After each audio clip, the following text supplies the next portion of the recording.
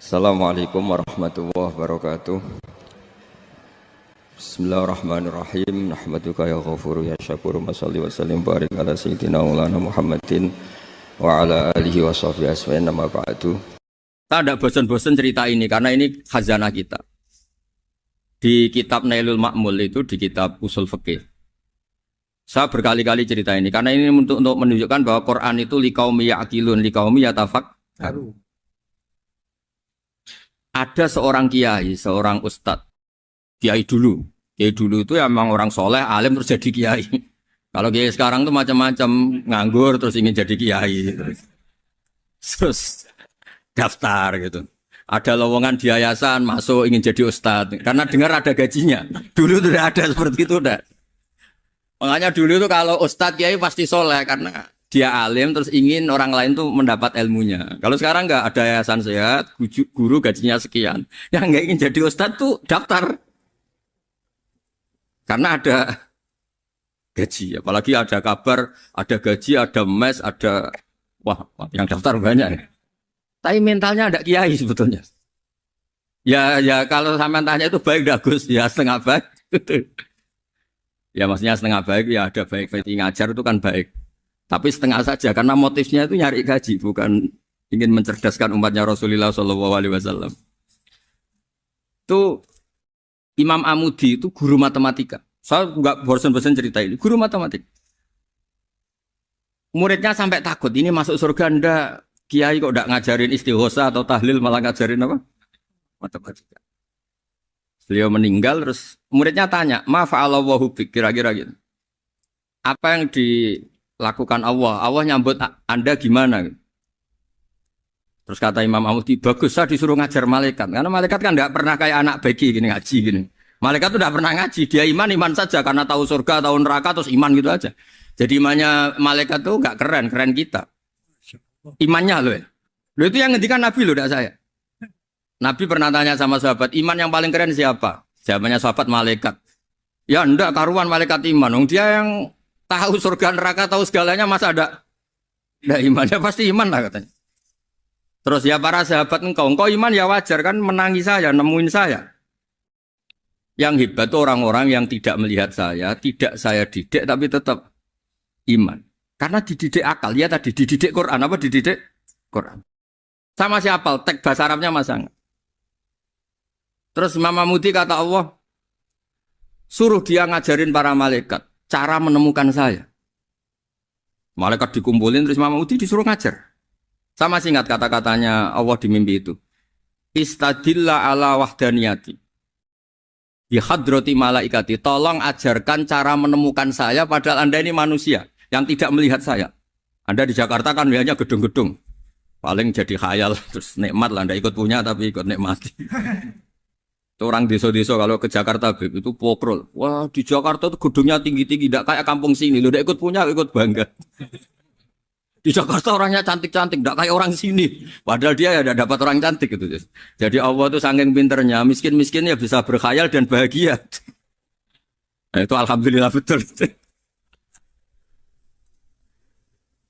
Akhirnya itu apa ini anak-anak begini saya tak niati ngajar standar anak-anak akademik. Terus pertama yang diajarkan hanya bilang gini, sama siapa teknya? Ya malaikat wahi para malaikat. Terus beliau bilang, nisbatus naini wassalasah ila malanihayatalahu nisbatul far'i ilal asli. Angka itu jumlahnya berapapun, 2, 3 sampai triliunan. Semuanya itu nisbatul far'i ilal asli. Binisbat ilal wahid, nisbatul far'i ilal asli. Angka 2 ya cabangnya 1, 3 ya cabangnya 1, 1 triliun ya cabangnya 1. Tetap yang asal usul adalah angka 1. Itu nangis semua malaikat. Cara Jawa itu mandekman kue iman kaya imanku. Makanya imannya umatur Rasulullah SAW itu PD-nya, yakinnya kayak imannya malaikat. Kalau Tuhan itu 1. Karena angka agak bisa dimulai kecuali dengan angka 1. Makanya nisbatus naini wassalasah ila malani hayatalahu iku nisbatul far'i ilal asli. Semuanya itu nisbatnya cabang ke induk.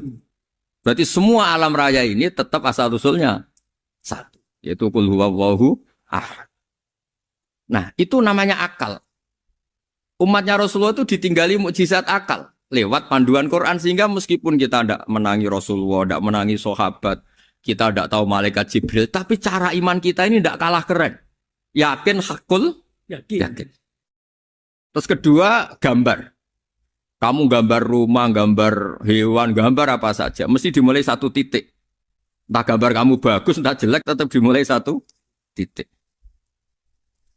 Nah, titik ini namanya nuktotul wujud. Semua alam raya dimulai dari satu titik, yaitu nuktotil wujud. Makanya Quran dimulai bismillah, dan bismillah itu dipilih sama Allah pakai pertama ba itu ada titik. Itu kata semua ulama, itu titik itu singkatan dari bi kana makana wa bi yakunu mayakun. Karena saya semuanya ada. Bi itu karena saya. Jadi makanya santri-santri beki tidak usah bayangkan kamu jadi wali terus bisa terbang ke Mekah, tidak usah. Kalau terbang ke Mekah ya sudah umroh aja bayar. Kalau enggak ya maklaran KBH atau apa. Pokoknya cari gratis. Ya gratis kan ya. Dapat orang 10 gratis. Satu. Terus orang enggak umroh-umroh dirayu-rayu supaya umroh. Repot. Itu pelanggaran fikih itu. Kalau orang punya utang itu wajibnya nyaur utang dulu gitu. Wah repot. Saya itu juga sering bingung di kampung-kampung. Gus sama umroh. Kenapa? Dapat gratisan. Minta uang saja buat nyaur utang. Enggak boleh. Wah, secara fikih yang wajib itu nyaur utang bukan umroh. Enggak boleh Gus diminta uang, enggak boleh, harus umroh. Udah gitu saya ini bingung Gus mau umroh. Enggak nikmati. Kenapa? Disuruh ngajar Gus. Repot semua kalau ibadah mergawe ya gini bingung semua. Ya saya mohon anak-anak BK semua yang seneng Quran itu harus seneng sampai kayak saya sehingga tahu mencari Tuhan dengan cara tauhid yang berbasis akal. Itu sedzahir imannya malaikat. Jika di klasmen iman itu manusia ulul ilmi, kita-kita yang nekuni ilmu itu nomor 1 prakteknya. Karena nomor 1 itu Allah karuan kan, syahidah wa, Allah kan gak tertandingi, syahidah wa annahu la ilaha illallah, terus wal malaikatu. Malaikat kan karuan karena langsung menyaksikan surga, dan ketiga apa? Wa ulul ilmi. Berarti prakteknya kan nomor 1. Kalau kompetitornya semuanya manusia, ulul ilmi nomor berapa? 1 kan? Nah nomor 3 kan dari Allah, malaikat, ulul ilm. Berarti kalau kompetisinya antar manusia nomor berapa? 1 kan? Nah kenapa ulul ilmi di nomor 3 kan tapi dari Allah, malaikat, ulul. Kerennya kayak apa? Karena cara iman ulul ilmi itu enggak ada ragunya sama sekali. Kamu ragu enggak kalau 2 itu cabang dari 1, asalnya 1? Enggak pernah ragu kan? Semua gambar seruat apapun dimulai dari 1 titik. Ragu enggak? Enggak kan? Nah, imannya umatnya Nabi karena dipandu oleh Quran itu seyakin itu, sehakul yakin itu. Nah, itu terus Jubair bin itu jadi iman. Am khuliqu min ghairi syai'in am humul khaliq. Terus kata Allah lagi, kalau kamu tidak percaya saya yang bikin langit bumi ya gampang dong, kamu saja yang ngomong kalau kamu yang bikin. Paling orang sepakat kamu stres. Terus hanya ayat gitu, am khalaqus samawati wal ardh. Kalau kamu tidak yakin Allah yang bikin, ya silakan Anda klaim saja kalau kamu yang bikin langit bumi. Bala yukinun. Kamu juga gak mau kan dibilang stres. Ya, ini ngaji ilmu dulu, nanti bagian terakhir ijazah. Bismillahirrahmanirrahim. Ini riwayatul Bukhari. Haddatsana Abdullah bin Yusuf, haddatsana Les, haddatsana Sa'id al-Maqburi an-Nabi Hurairah radhiyallahu anhu qala an-Nabiy sallallahu alaihi wasallam. Ma minal anbiya'i nabiyyun illa qad u'tiya minal ayat ma mithluhu amana alaihil bashar. Wa innama kana alladhi utituhu wahyan awhahu wa ilayya fa arju an akuna aktsarahum tabi'an yaumal qiyamah. Dados kita tahu semua nabi itu punya mukjizat. Ya, semua nabi itu punya apa? Mukjizat. Mukjizat itu hal yang luar biasa yang memastikan manusia itu tidak bisa menyainginya atau menandinginya. Dan rata-rata mukjizat Nabi dulu itu fisik. Misalnya ontanya Nabi Soleh itu kan onta tapi keluar dari batu, itu kan aneh. Aneh sekali. Atau tongkat Nabi Musa bisa simsalabim mengeringkan laut apa? Merah. Semua Nabi itu punya mukjizat dan semuanya berbentuk fisik. Kecuali mukjizatul Rasulullah Shallallahu Alaihi Wasallam itu berupa Al-Quran. Al-Quran itu konsep ilmiah. Terus kata Rasulullah SAW, tapi saya karena Quran itu justru berharap pengikutku besar dan sampai hari kiamat. Sekarang kita logika ya. Andekan kamu punya tongkatnya Nabi Musa. Kalau kamu suka uang, kepikirannya dijual apa dipakai?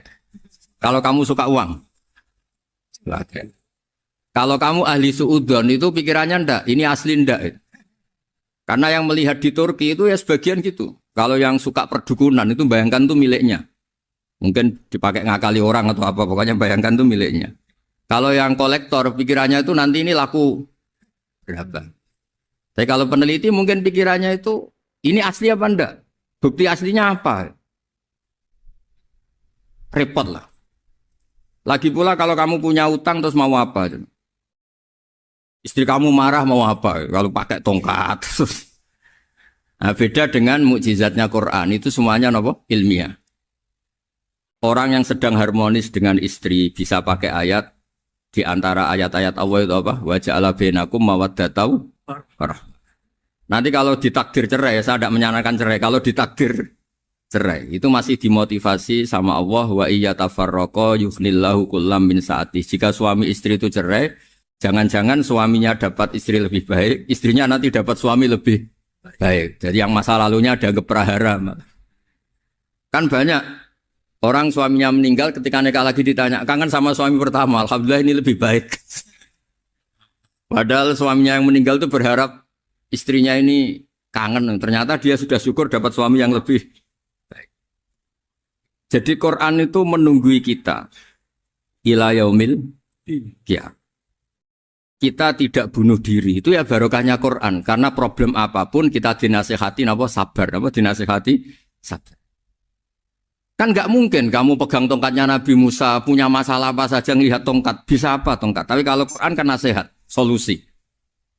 Makanya Nabi berharap dengan Quran ini, saya berharap pengaruh saya, pengikut saya terbanyak ila yaumil qiyamah. Terus beliau dikomentari begini sama, ini Fathul Bari, sarahnya Bukhari. Al-muradu anna mu'jizatil anbiya inqaradat binkiradi a'sorihim.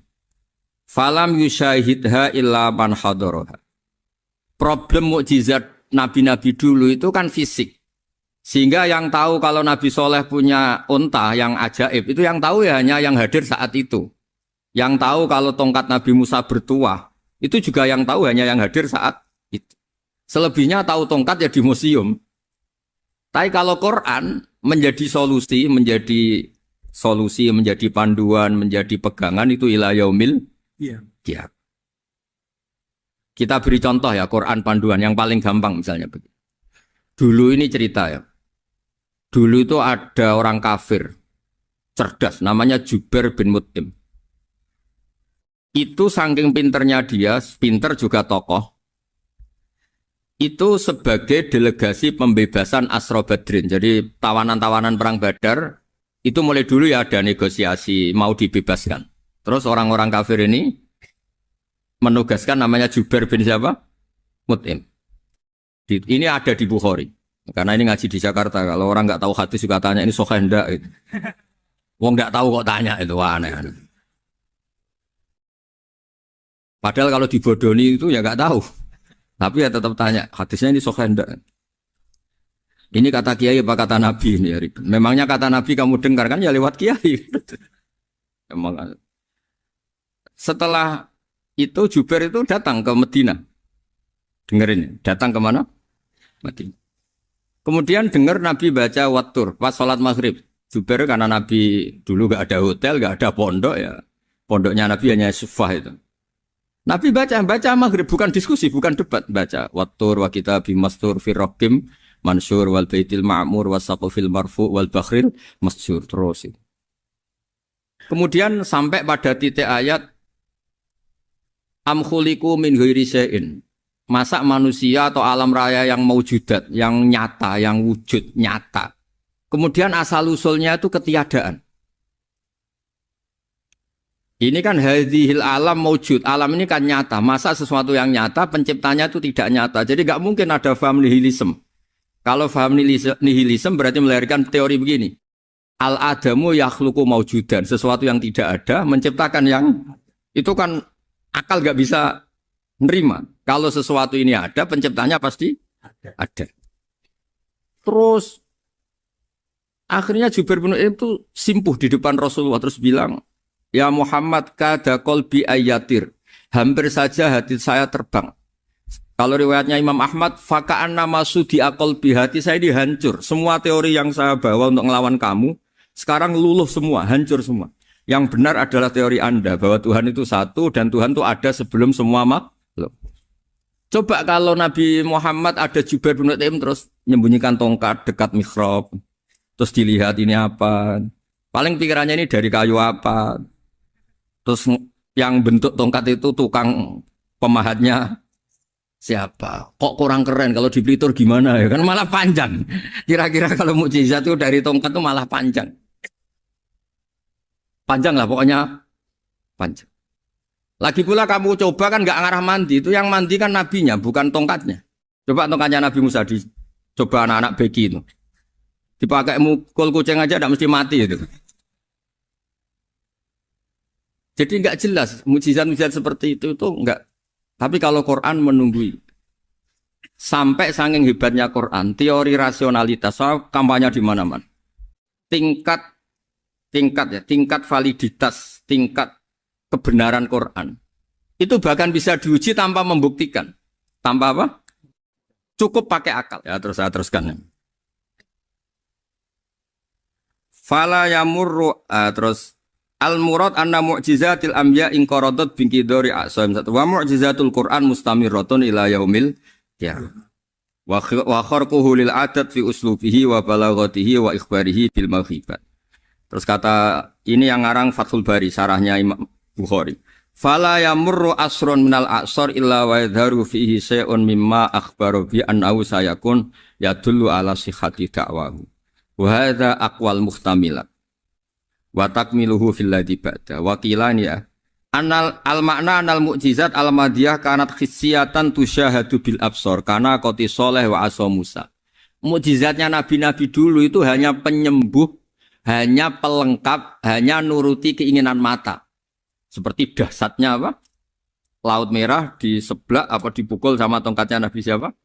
Itu semuanya itu hanya memanjakan mata. Urusan mata. Terus wow itu. Tapi kalau mukjizatnya Nabi Muhammad itu berdasar akal. Maksudnya berdasar akal nih dengerin ya. Dengerin betul. Ketika Laut Merah terus tersibak kan wow itu keren kan. Terus kita bilang menyimpulkan wah kita tidak akan mampu. Itu bodoh sekali kesimpulan kita tidak akan mampu. Meskipun bikin nyamuk Anda juga tidak mampu. Loh untuk memutuskan tidak mampu saja kok sampai pertunjukan seperti itu tuh laopo cek goblok gitu.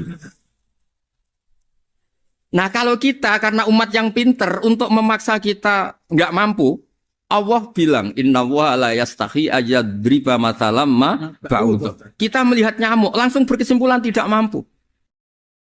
Saya berkali-kali cerita nyamuk itu sudah kecil, masih punya urat, uratnya kayak apa? Masih punya kuman, kumannya seberapa?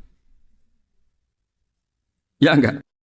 Nyamuk itu kecil, punya organ tubuhnya punya urat. Itu kalau kamu pinter, antara tongkatnya Nabi Musa menyibak Laut Merah sama nyamuk itu sama-sama berkesimpulan melahirkan satu faham bahwa kita tidak mampu. Loh, untuk memaksa tidak mampu saja kok menuju pertunjukan ada onta keluar dari batu.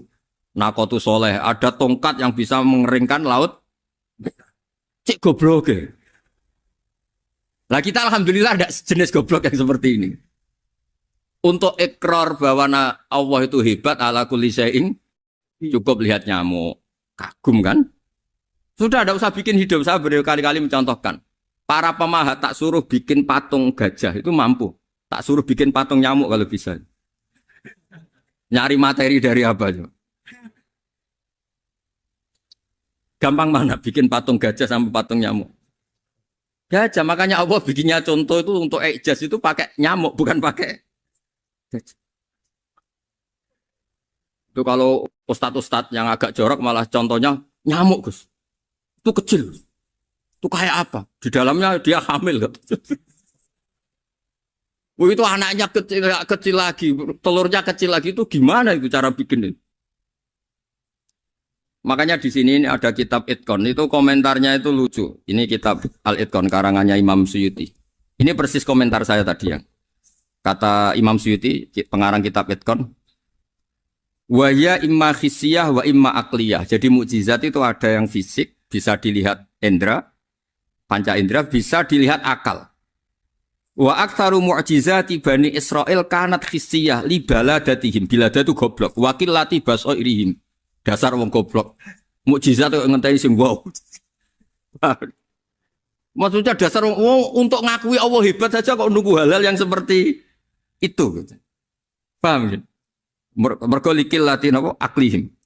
Wa aksaru mu'jizati hadil ummah akliyatun li farati dzakaihim wa kamali afwahihim. Dan mukjizatnya umat ini semuanya berdasar akal karena sudah cerdas. Jadi andaikan kita melihat tongkatnya Nabi Musa menyibak Laut Merah dengan melihat nyamuk, kesimpulan kita sama. Sama-sama wow, sama-sama keren, sama-sama memastikan kita tidak mampu. Makanya terus Quran menerangkan wa ma min dabatin fil ardi wala ta'iri yatiru bi janahihi illa umamun amsalukum. Jadi keseharian kita lihat burung kok terbang. Itu sudah ayatun min ayatillah. Paham ya? Dados niki kudu bangga ditunggoni napa Quran, nggih ditunggoni napa Quran. Wa mu'jizatul Quran tusyahadu bil basirah fayakunu mayatabi'u li ajlihi aksar. Terus li annal ladzi yusyahadu bi aini ra'si yang qaridu bingkiradi musyahidi. Sesuatu yang tampilan dahsyatnya itu disaksikan mata, maka itu bisa habis. Era tongkat Nabi Musa seperti itu habis enggak? Bisa mengeringkan Laut Merah habis kan? Tapi era mukjizatnya Quran ila yaumil qiyamah. Ya contoh sosial, saya kembali lagi ke sosial. Kamu punya teman awet atau punya istri awet, itu konsepnya ya wal kadhiminal ghaidh, agak gampang tersinggung. Coba kalau kamu setiap tersinggung putus, setiap tersinggung habis, kamu tidak punya teman, tidak punya istri. Sampai kita awet seperti ini, kalau kecewa ya wal kadhiminal ghaidh, ngempet. Termasuk saya ini, biasanya ngaji khusus terus baca gini ya kecewa. Tapi barokahnya diwarai Quran wal kadhiminal ghaidh, ngempet Gus, ngempet. Terus kecewa sama teman, kenapa tidak putus? Karena wal afina Aninna sudah kalau kecewa maafkan. Coba kalau kita kecewa presiden demo, kecewa menteri demo, kecewa orang tua minggat. Ya kalau dicari, kalau tidak kan malu. Saya itu punya teman tak tanya, kecewa besar sama bapak itu. Kenapa tidak minggat? Malu. Kenapa malu? Takut gak dicari. Itu orang tuh paling malu itu kalau keluar dari rumah nggak di. Saya punya teman lagi, saya ini takut mati Gus. Kenapa? Takut istri saya tidak nangis Gus. Itu kematian terburuk itu kalau mati tahu istrinya ada nangis, itu malu betul itu. Makanya jangan mati, pokoknya pastikan orang sekeliling ada nangis itu baru berani mati, kalau enggak jangan. Ya jadi mukjizatnya Nabi itu luar biasa. Nah ini terus saya teruskan ya, makanya mukjizat terbesarnya Nabi adalah Al-Quran. Karena Al-Quran itu cerita tentang hukum-hukum akal, cerita tentang logika-logika peradaban. Misalnya logika peradaban, contoh paling gampang. Di Quran itu ada sekian ayat yang Allah cerita peradaban. Misalnya wa ahsinu innallaha yuhibbul muhsinin. Itu dikutip, terus kemudian disimpulkan dalam peradaban. Kata Sayyidina Ali karramallahu wajhah ngendikannya gampang. Ahsin man syi'ta takun amira. Kamu berbuat baik saja sama seseorang, maka otomatis kamu akan jadi pemimpinnya. Ada orang nggak tamat SD, nggak tamat papa, gobloknya minta ampun. Tapi karena gaji seorang pakar, kamu tak gaji 1 bulan 1 miliar, perusahaan saya jadikan besar. Itu dikongkan ngalor ngidul ya nurut. Hanya karena dia ihsan. Terus wastaghni amman syi'ta takun nadhira. Saya ulang lagi. Wastaghni amman syi'ta takun nadhira. Dan kamu jangan butuh orang lain, siapapun dia, maka kamu akan setara. Misalnya ada menteri orang antri mau salim, tapi kamu tidak butuh kan tenang saja. Tapi kalau kamu butuh, habis kamu. Ya kan? Kamu tidak butuh seseorang, maka kamu posisinya akan setara. Kamu harus sopan karena punya utang jasa. Kalau nggak punya apa-apa kan setar. Ya enggak? Misalnya kamu jajar rektor atau jajar menteri, jajar apa saja. Kalau kamu tidak punya utang kan, kamu jajar menteri tidak punya utang. Sama jajar satpam tapi punya utang, takut mana?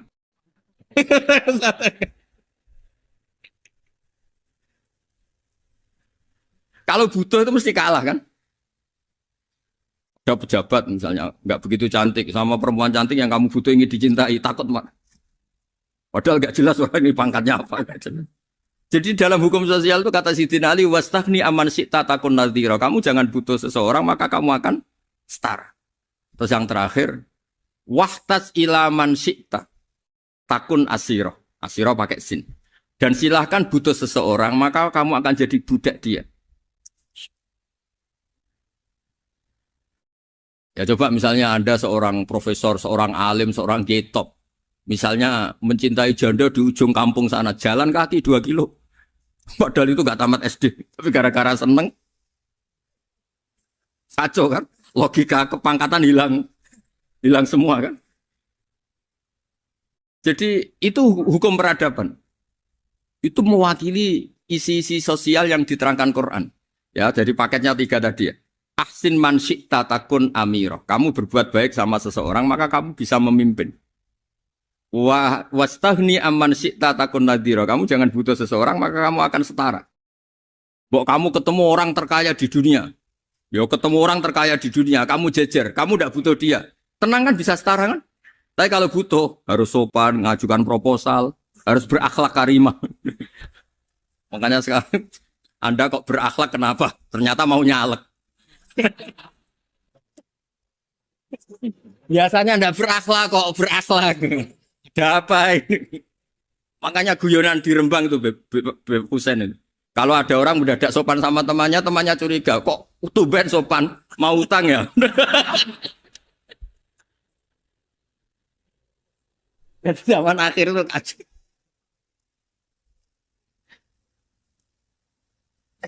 Ya di semua daerah gitu ya sama Pak Rektor ya. Kalau ada teman biasanya nggak sopan kok sopan, itu temannya curiga. Ini Pak Rektor UI ikut kaji. Kok tumben sopan? Ada apa ya? Karena di mana-mana orang butuh itu pasti beretika. Kamu punya teman paling berdua. Kalau mau utang berakhlak gak? Atau misalnya kamu punya adik cantik terus punya teman berdua. Kalau cinta adik kamu berakhlak gak? Biasanya nggak sama sekali nggak berakhlak. Gara-gara butuh menjadi berakhlak. Ya jadi hukum sosial itu ya kuncinya 3 tadi. Ahsin man syi'ta takun amiro. Wastahni amman syi'ta takun nadhiro. Terus wahtas ila man syi'ta takun asiro. Kalau kamu butuh seseorang pasti kamu dibikin hina. Asir itu tawanan. Nah, Quran itu bicara sosial itu lengkap. Dan itu yang nunggui kita. Kita punya tetangga yang kurang baik, ya seneng. Punya tetangga baik, ya seneng. Kata Imam Syafi'i, saya berkali-kali cerita. Kok seneng semua Imam Syafi'i? Ya bagus lah. Kalau yang seneng saya enak lah. Dijak jagongan, dijak ngopi enak. Yang nggak seneng saya, gak ngarah utang. Uang itu nak, kamu punya tetangga gak seneng kamu. Aman kan? Aman. Gak akan pinjem uang kan? Pinjem mobil. Uang gak seneng kok. Makanya Imam Syafi'i itu kalau ngedikan luar Syafi'i, diceritain orang. Ya Aba Abdillah bagiannya. Ya Aba Abdillah orang itu gak seneng kau. Bagus lah. Loh kenapa bagus? Waman asa'a ilaika faqad atlaqaka. Orang yang gak seneng kamu maka membebaskan kamu. Gak akan pinjam uang, pinjam mobil, gak akan ganggu waktu kamu kan gak seneng. Justru yang seneng-senengi masalah pinjam terus. Imam Syafi'i itu orang yang anggap dunia itu selesai. Ada yang cerita, ya Aba Abdillah, orang yang tadi cium tangan engkau, yang hormat engkau, di luar maki-maki engkau, ngerasain engkau, ngata-ngatain engkau. Ya bagus lah. Kok bagus gimana? Berarti saya wibawa, depan saya tidak berani. Berarti saya wibawa, di depan saya tidak berani. Berarti itu makomnya sudah kulillah, sumadarhum fi khawdihim, yal'abun, sudah dunia itu selesai, sudah agak penting semua. Nah itu kalau kamu anak-anak beki ahli Quran, sudah ayatnya kulillah, sumadarhum fi khawdihim, yal'abun, sudah lihat Allah saja agak penting, makhluk-makhluk itu. Dah makhluk semua agak penting, sepenting Allah. Nah, kita ini ditunggoni mukjizat seperti itu. Bayangkan misalnya kita ditunggoni tongkatnya Nabi Musa.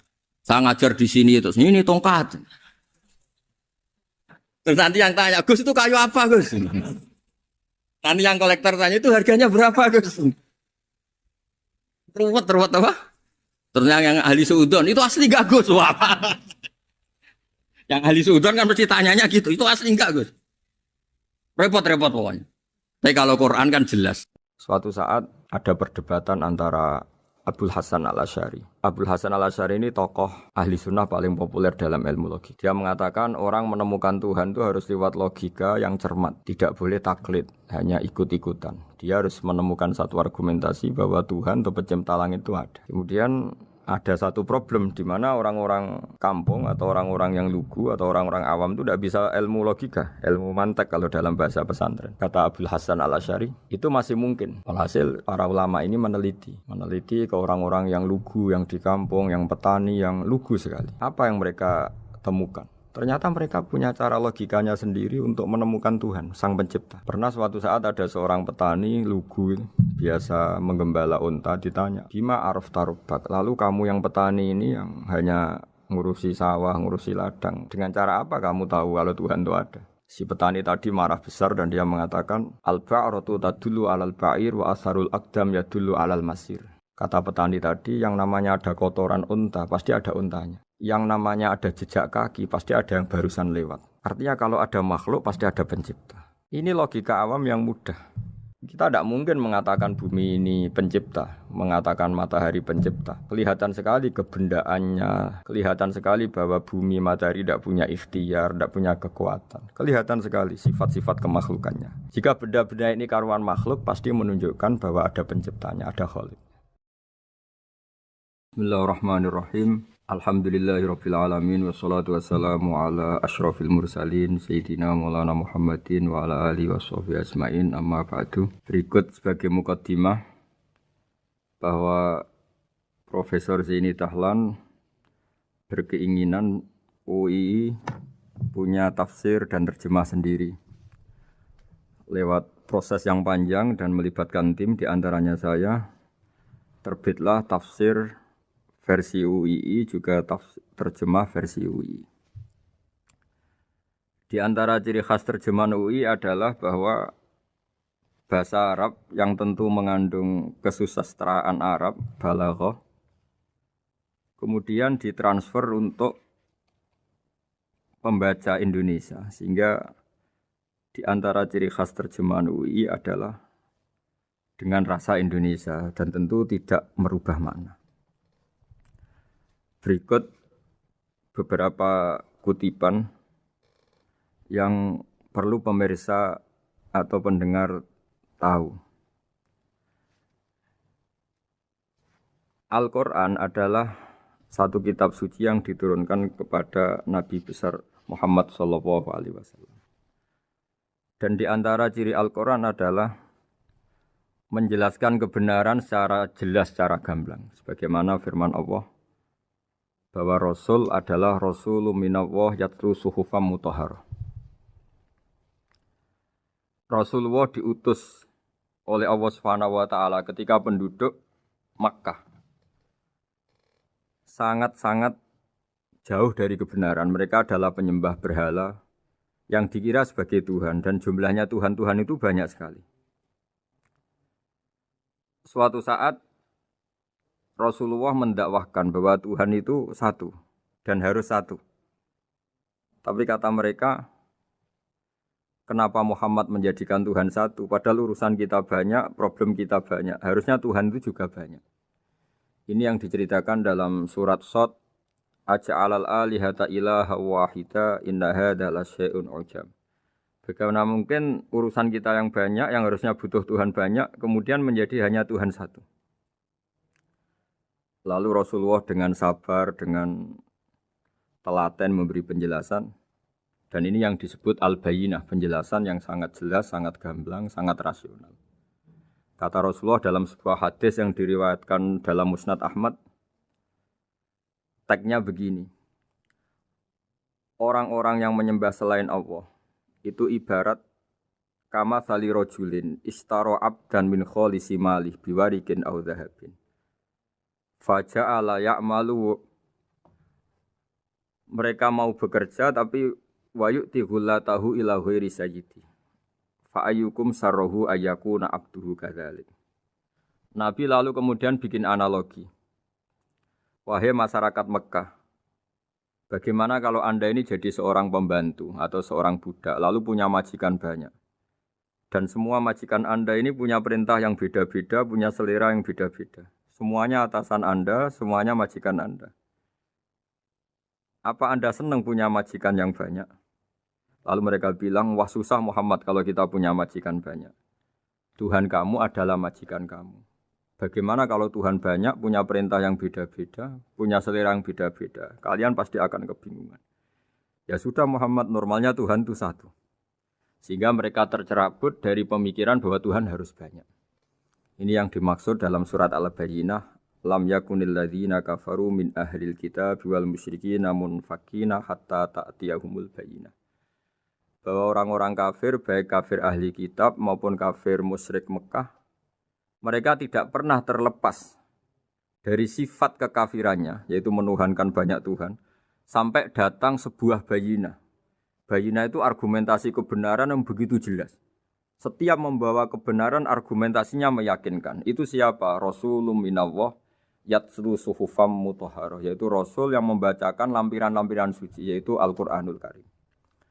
Dengan penjelasan analogi tadi, kemudian orang-orang Mekah sadar, susahnya kayak apa kalau Tuhan banyak, lalu perintahnya beda-beda, seleranya beda-beda, hukumnya beda-beda. Ini membingungkan. Akhirnya mereka ngakui bahwa pentingnya logika tauhid. Nah ini yang Rasulullah ini benar-benar berstatus bayinah. Kemudian analogi betapa buruknya kita saat menyembah selain Tuhan. Lalu Rasulullah mencontohkan sebagaimana yang saya kutip tadi dari Musnad Ahmad. Misalnya Anda punya pembantu atau zaman dulu budak. Anda beli dari harta kamu, dari uang kamu. Kemudian budak ini kerja. Yang ngasih makan kamu, yang fasilitasi kamu, toko milik kamu, semua milik kamu. Kemudian dia kerja dan hasil dari kerjanya dia dikasihkan ke orang lain. Kamu senang tidak punya budak yang seperti itu, kata Rasulullah. Wah kita semua tidak senang Muhammad. Sama seperti itu. Kamu adalah bisa makan rezeki dari Allah. Kamu nempat di buminya Allah. Kamu minum dari air yang dibikin Allah. Kemudian Anda menyembah selain Allah. Itu aneh apa enggak? Menyembah zat yang tidak memberi rezeki kamu, yang tidak bikin bumi untuk kamu, yang tidak bikin langit untuk kamu, yang tidak bikin fasilitas air untuk kamu. Aneh enggak? Semenjak itu mereka berpikir betapa buruknya mereka menyembah berhala, menyembah arca, menyembah Yesus, menyembah macam-macam. Nah ini yang disebut Rasulullah adalah orang yang benar-benar bayinah. Ketika melontarkan kebenaran, benar-benar jelas sehingga diterima secara akal yang sehat. Karena semua akal yang sehat akan menerima agama ini disebut fitratallahi fatarana salihah. Bahwa agama ini agama fitrah. Orang yang normal, yang cara berpikir normal pasti menerima agama ini. UII dengan terjemahan ini dan dengan tafsir ini ingin memberi penjelasan simbol-simbol yang ada di beberapa surat. Di antara lagi yang di bab muamalat. Betapa Rasulullah itu punya logika yang benar-benar mudah diterima. Dulu orang Arab dalam bab muamalat jual beli biasa menjual kurma. Masih kecil, masih belum jelas jadi kurma yang baik apa enggak. Kalau istilah orang Jawa masih pentil ini. Kalau bahasa Arab qobla buduwi solahiha. Calon buahnya itu belum pasti jadi buah. Kemudian masih bunga, masih apa sudah dijual. Dengan transaksi, asumsi, harga, andekan sudah jadi kurma. Kalau dalam Jawa mungkin jual mangga sebelum tua, masih pentil, masih kecil. Lalu kata Rasulullah, kamu jangan melakukan itu. Kenapa ya Rasulullah padahal kita butuh uang? Kata Nabi, Ara'aitum in mana Allahu as-samra fa bima yastakhillu ahadukum mala akhi. Bagaimana kalau buah-buah yang masih kecil itu kemudian berguguran karena satu musim atau karena apa? Lalu kamu mendapat uang itu atas nama apa? Yang dikatakan tijarah adalah muawadhah. Pembeli dapat barang, kamu dapat uang. Lalu kalau barang yang ada enggak menjadi buah yang baik, Anda menerima uang itu atas nama apa? Rasulullah secara haru, secara mengingatkan nurani kita dengan redaksi fabima yastahillu ahadukum mala akhi. Lalu kamu mendapat uang saudara kamu atas nama apa? Kalau atas nama buah, mereka belum mendapat buah. Akhirnya ada kesadaran bersama bahwa sebaiknya kita menjual sesuatu itu yang pembeli ya dapat barangnya, yaitu dalam konteks ini buah yang sudah layak dijual, kita dapat uangnya. Ini lagi-lagi Rasulullah al-Bayyinah sekali memberi penjelasan begitu jelas. Ketiga misalnya di bab jinayat, di bab hukum pidana. Rasulullah kalau bikin logika itu begitu jelas, mudah diterima. Misalnya begini, suatu saat Rasulullah bersabda, Al-qatil wal maktul finnar. Orang yang membunuh dan yang dibunuh sama-sama di neraka. Tentu dalam konteks saling bunuh yang dalam kedzaliman. Lalu sahabat janggal. Ya Rasulullah, oke lah kalau pembunuh itu masuk neraka. Ini bagaimana mungkin yang dibunuh pun masuk neraka? Rasulullah dengan jelas, dengan bayinah, dengan hujjah, beliau menjawab, Innahu kana harison ala qatli sahibihi. Sebetulnya yang terbunuh pun mentalnya pembunuh. Karena dia sangat juga ingin membunuh saudaranya. Nasibnya saja yang menjadikan dia terbunuh. Hanya sahabat tahu, oh ya ternyata maktul dalam konteks duel adalah mentalnya qatil juga. Sehingga karena mentalnya qatil dia tetap di neraka. Meskipun prakteknya dia menjadi maktul yang terbunuh. Nah ini yang dimaksud oleh Allah. Bahwa Rasulullah ini bisa menghilangkan tradisi kemusyrikan. Bisa menjungkir balikkan, menghancurkan kemusyrikan karena Rasulullah bisa menjelaskan secara detail hatta ta'tiyahumul bayyinah. Bayyinah adalah Rasulun minallah yatslu suhufam mutahharah. Jadi ini yang insyaallah sebagai kajian kita bahwa kita butuh sekian penjelasan untuk mengenang dan membuktikan bahwa Rasulullah adalah benar-benar al-bayyinah. Dari sekian contoh tadi, pendengar bisa tahu betapa agama ini mudah diterima oleh akal. Sehingga di beberapa ayat disebut agama ini liqaumi ya'qilun, liqaumi yatafakkarun. Agama ini bagi kaum yang bisa berpikir. Agama ini bagi kaum yang mau berangan-angan. Dulu untuk menghilangkan kemusyrikan dengan logika kafir Mekah bahwa urusan kita banyak, harus Tuhan banyak. Itu panjang sekali. Di antaranya ada ayat yang spesifik tentang itu. Daraballahu mathalan rajulan fihi syuraka mutasyakisuna wa rajulan salamal lirajul. Hal yastawiyani masalah. Allah membuat satu perumpamaan yaitu di surat Daraballahu mathalan rajulan fihi syuraka di surat Zumar ayat 29. Allah membuat satu perumpamaan bagaimana andaikan Anda jadi seorang pembantu atau asisten. Lalu Anda punya majikan banyak yang seleranya beda-beda. Kemudian dibanding misalnya Anda jadi pembantu dengan satu majikan yang akhlaknya baik, komitmennya baik. Anda milih mana? Lalu orang-orang kafir Mekah menjawab, Muhammad tentu kita milih punya majikan satu yang baik. Kalau majikannya banyak kita jadi repot.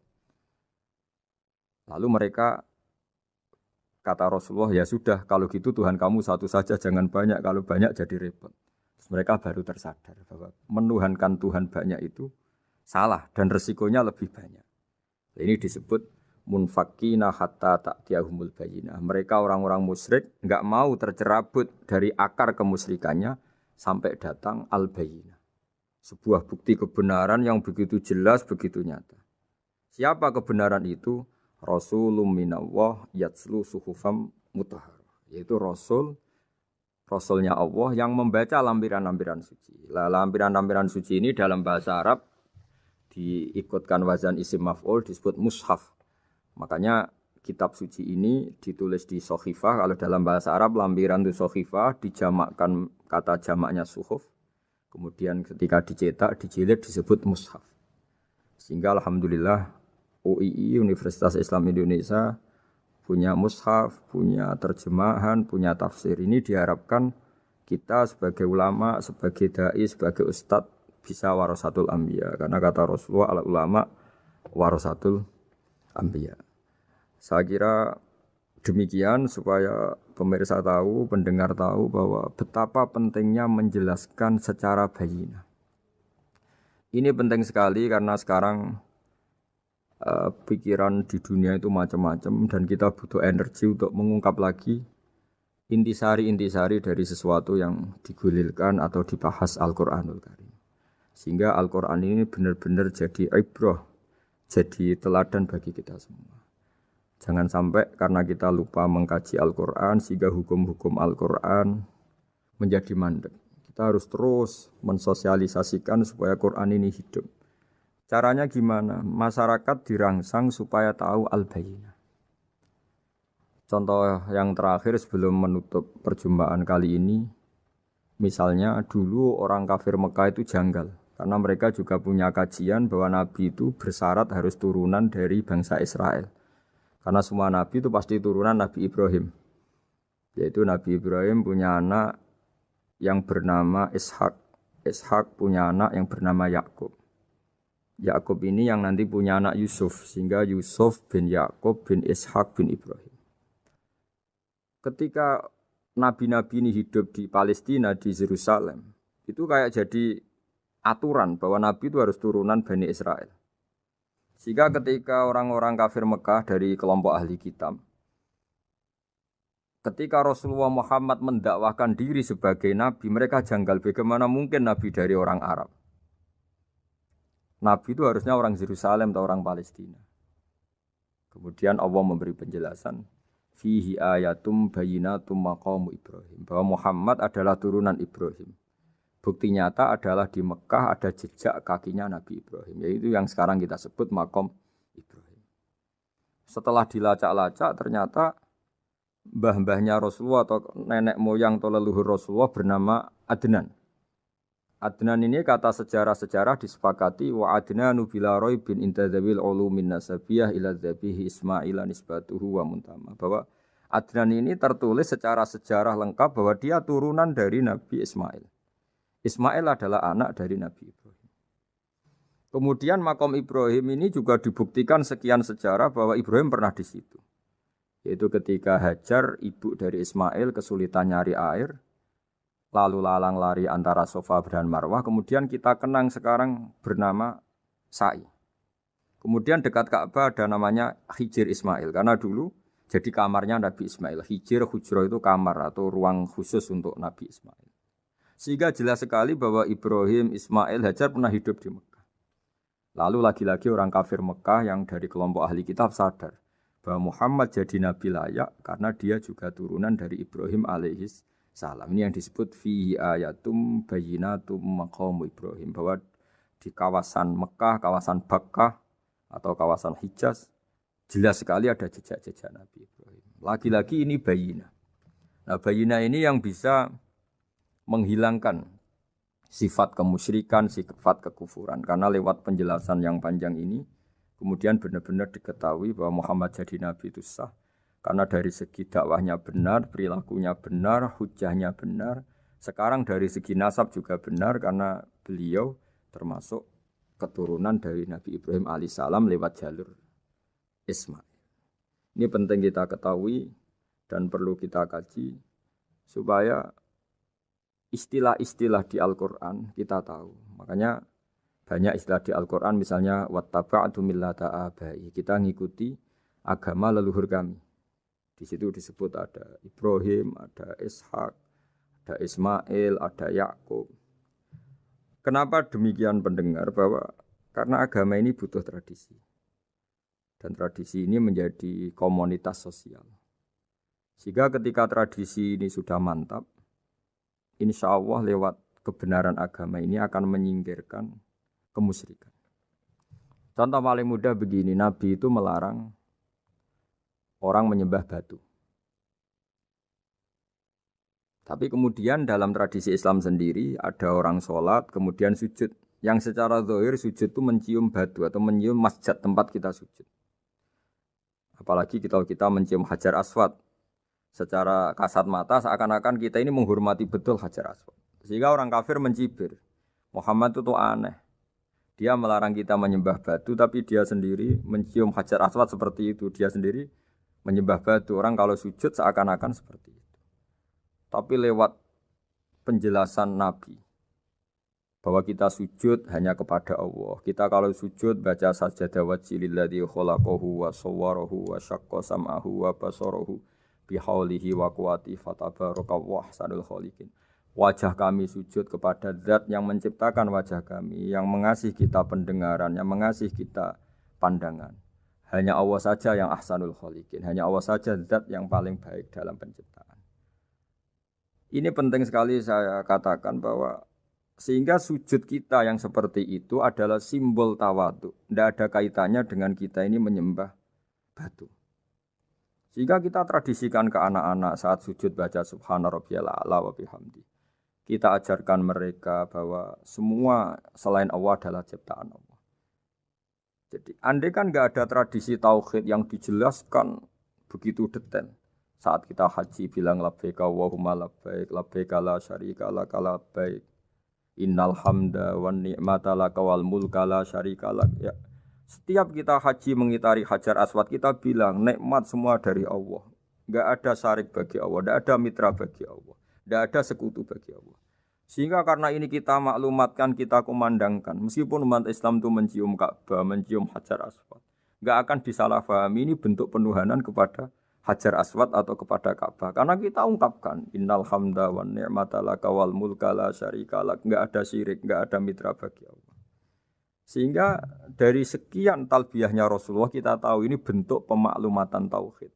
Bahwa tauhid harus dikumandangkan lewat kalimat-kalimat thayyibah, lewat pemikiran-pemikiran logika hujjah bahwa Tuhan pasti satu dan yang jadi Tuhan hanya Allah Subhanahu wa taala.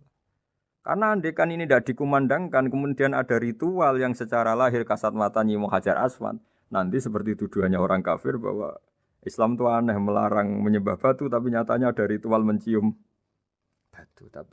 Sebab itu tidak menjadi aneh ketika Imam Bukhari termasuk rawi besar, termasuk hadis sahih yang meriwayatkan Sayyidina Umar atau Umar radhiyallahu anhu. Itu setiap mencium Hajar Aswad beliau berkomentar, saya tahu betul kamu hanya batu. La tadurru wa la tanfa. Tidak memberi madarat, tidak memberi manfaat.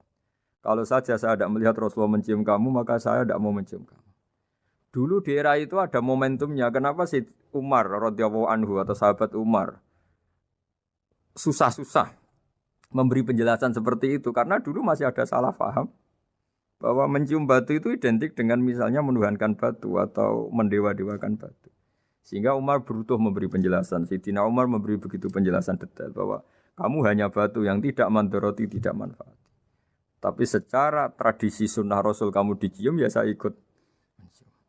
Ini penting sekali penjelasan-penjelasan seperti ini, maklumat-maklumat seperti labbaik Allahumma labbaik, sehingga semua ritual Muslim tidak disangka atau tidak disalahpahami sebagai pemuja materi. Lagi-lagi penjelasan yang detail ini disebut al-bayyinah. Rasulun minallah yatslu suhufam mutahharah. Kemudian ayat berikutnya disebut fiha kutubun qayyimah, bahwa dalam kitab suci Al-Qur'an itu banyak aturan-aturan atau catatan-catatan yang begitu lurus, begitu benar. Tentu karena kita ini orang Indonesia yang kalau mengakses langsung bahasa Arab mungkin kita masalah. Sehingga alhamdulillah Universitas Islam Indonesia menerbitkan seri terjemah juga seri tafsir, dan sekarang dibantu lewat acara ini kita berusaha atau membantu para pendengar untuk lebih memahami lebih jauh. Sahabat Indonesia yang kami hormati, berikut kita mulai kajian tafsir yang dikeluarkan oleh UII. Mari kita mulai dengan surat Al-Baqarah. Bismillahirrahmanirrahim. Alif lam mim. Dzalikal kitabul la raiba fihi hudal lil muttaqin. Di sini diterjemahkan Alif lam mim ini termasuk ayat-ayat yang oleh para ulama dianggap mutasyabihat. Artinya kita tidak boleh memaksakan maknanya. Kita cukup iman bahwa itu dari Allah Subhanahu wa taala. Ini termasuk ayat-ayat yang kita percaya bahwa ada makna yang diinginkan Allah, tapi kita tidak perlu menduga-duga Apa sepersisnya makna itu? Dzalikal kitab la raiba fih, kitab ini tidak ada yang diragukan. Hudal lil muttaqin, petunjuk bagi mereka yang bertakwa. Sahabat Unisia yang kami cintai, yang kami hormati, muttaqin dari kata kerja ittaqa yattaqi ittiqaan. Maknanya adalah menjaga diri. Ada 3 kelas muttaqin dalam terminologi para ulama, istilah yang dikeluarkan para ulama. 1, muttaqin orang yang menghindari perilaku syirik atau perilaku kekafiran. Sehingga menurut para ulama, apapun faseknya seorang mukmin, apapun kelirunya orang mukmin, misalnya pernah mencuri, pernah korupsi, pernah apa saja, masih dianggap mukmin karena dia masih bertauhid la ilaha illallah Muhammadur Rasulullah. Ini muttaqin yang paling kelas pokok, kelas bawah. Kemudian ada muttaqin kelas kedua, yaitu mereka yang menghindari dosa besar tapi tidak bisa menghindari dosa kecil. Misalnya bisa menghindari dosa zina, tapi dia bisa menghindari dosa melihat perempuan yang bukan mahramnya, yang bukan halal bagi dia. Ketiga muttaqin paling ideal yaitu menghindari dosa besar, juga menghindari dosa kecil, bahkan menghindari sesuatu yang tidak penting. Ini yang dalam terminologi ulama disebut para wali atau para ulama, yaitu yang dalam ayat ala inna awliya Allahi la khaufun alaihim wa lahum yahzanun. Ini penting kami jelaskan kelas-kelas muttaqin supaya bahwa mukmin tidak pernah keluar dari status iman meskipun dia pernah melakukan satu kesalahan besar. Karena yang dikatakan mukmin adalah siapapun yang meyakini kebenaran risalah Muhammad.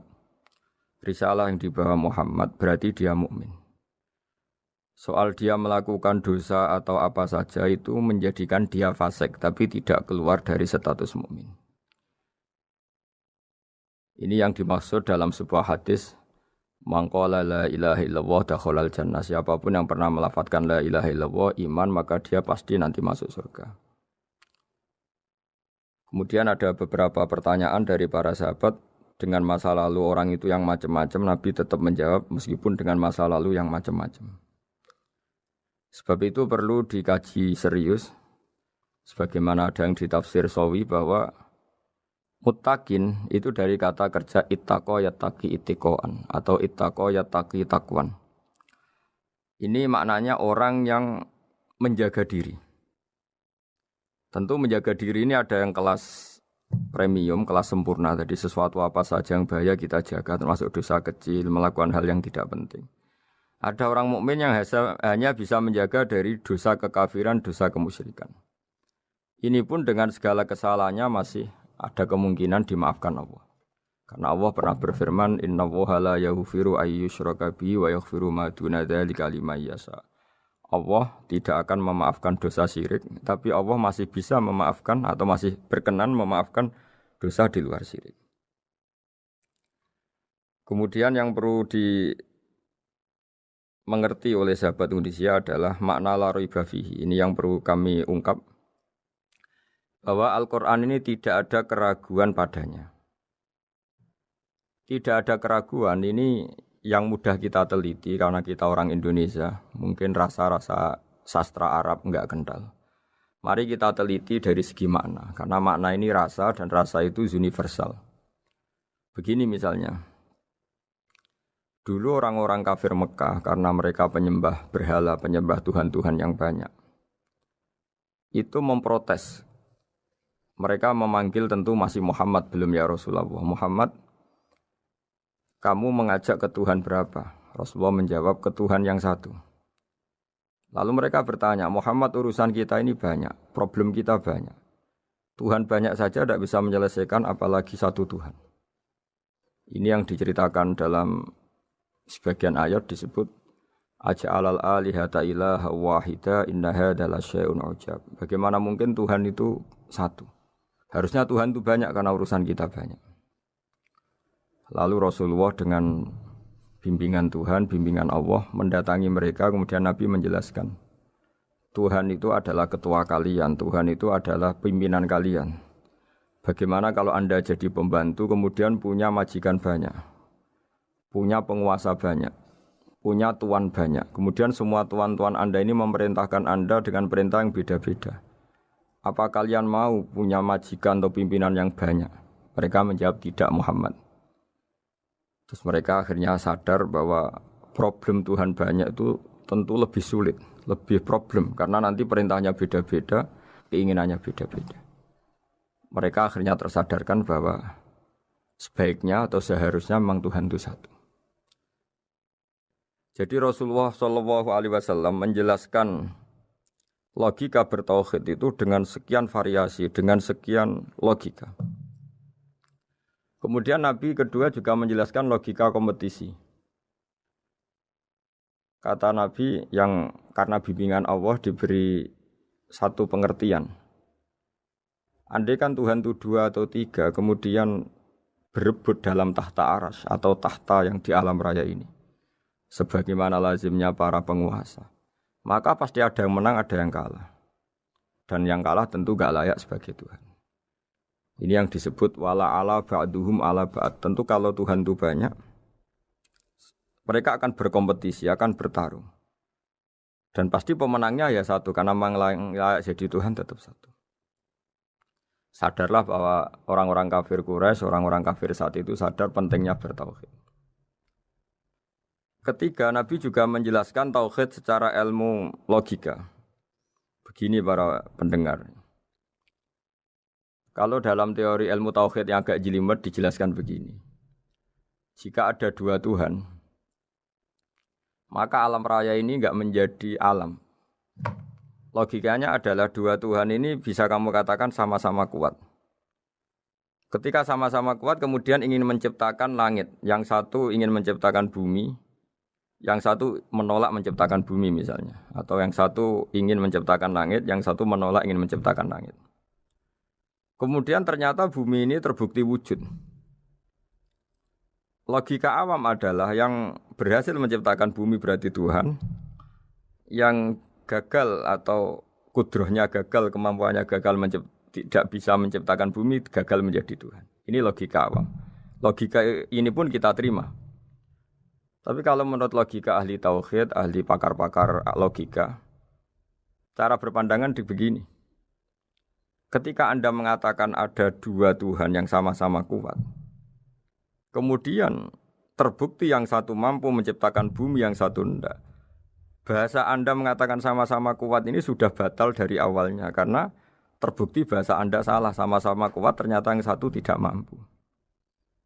Sehingga dalam pikiran orang-orang ahli tauhid mengatakan membayangkan Tuhan saja itu enggak kebayang karena turunan kata ini pasti selalu salah. Karena tadi misalnya dikatakan andai kan ada 2 Tuhan, kemudian yang satu mampu menciptakan bumi, yang satu tidak. Padahal Anda tadi bilang sama-sama kuat, ternyata terbukti yang satu tidak kuat. Berarti kata Anda sama-sama kuat ini salah. Ini pula yang diajarkan Rasulullah lewat bimbingan Allah, lewat wahyunya yang disebut Lau kana fihi ma alihatun illallahu la fasadata. Karena kalau ada 2 Tuhan pasti kamu sifati sama-sama kuat. Ternyata sifat sama-sama kuat ini batal demi hukum karena ternyata yang satu tidak mampu menciptakan bumi. Atau kamu sifati 2 Tuhan ini sama-sama lemah. Itu tidak mungkin lagi karena ternyata bumi ini terbukti wujud. Pasti penciptanya ini tidak yang sangat kuasa.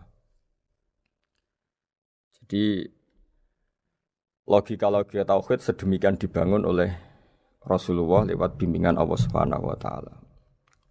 Logika keempat supaya kita iman dan tambah kuat imannya adalah logika yang mudah dicerna oleh kebanyakan orang atau yang bisa diindra.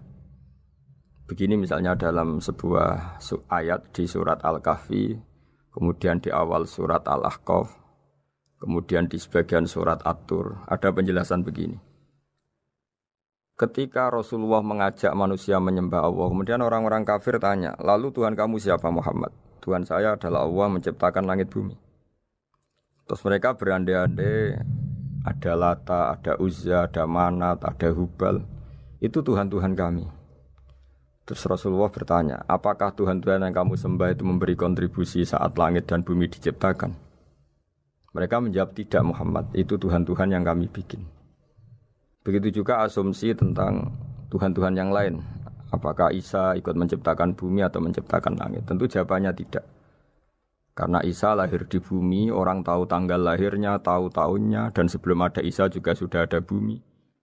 Sehingga untuk menetapkan tauhid, berkali-kali Quran tanya, Amman khalaqas samawati wal ardo, siapa sih yang menciptakan langit bumi? Siapa sih yang menurunkan air dari langit?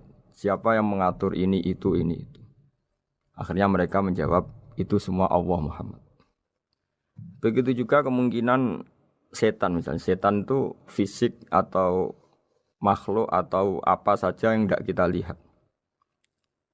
Kemudian setan itu lewat rayuannya, lewat tipu dayanya ingin disembah. Kata Allah menjelaskan ini, ma asyadduhum khalqas samawati wal ardi wala khalqa anfusihim.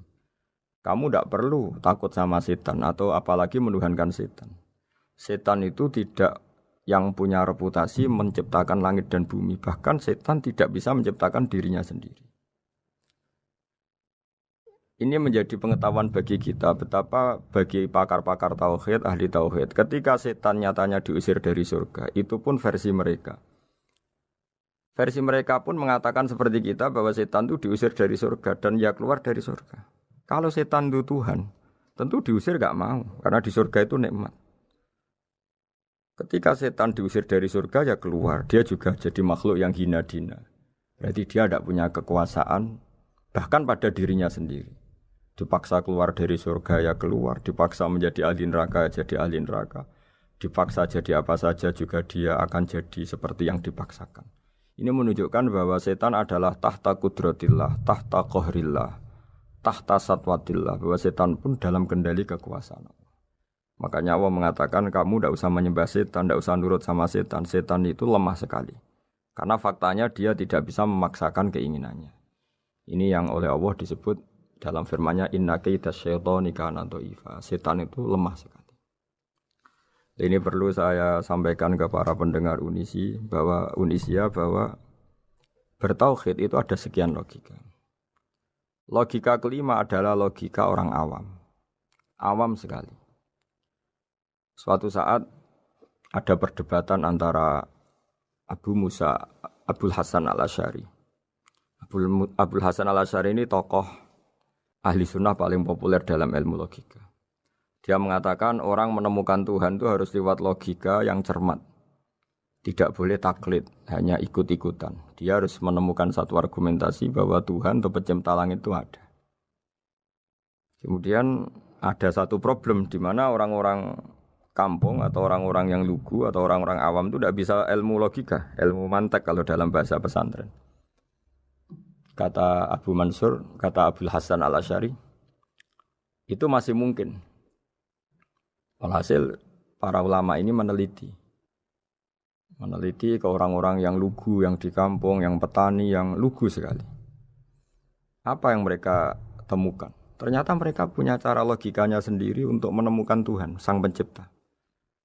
Pernah suatu saat ada seorang petani lugu, biasa menggembala unta, ditanya, Bima araf tarubak, lalu kamu yang petani ini yang hanya ngurusi sawah, ngurusi ladang, dengan cara apa kamu tahu kalau Tuhan itu ada?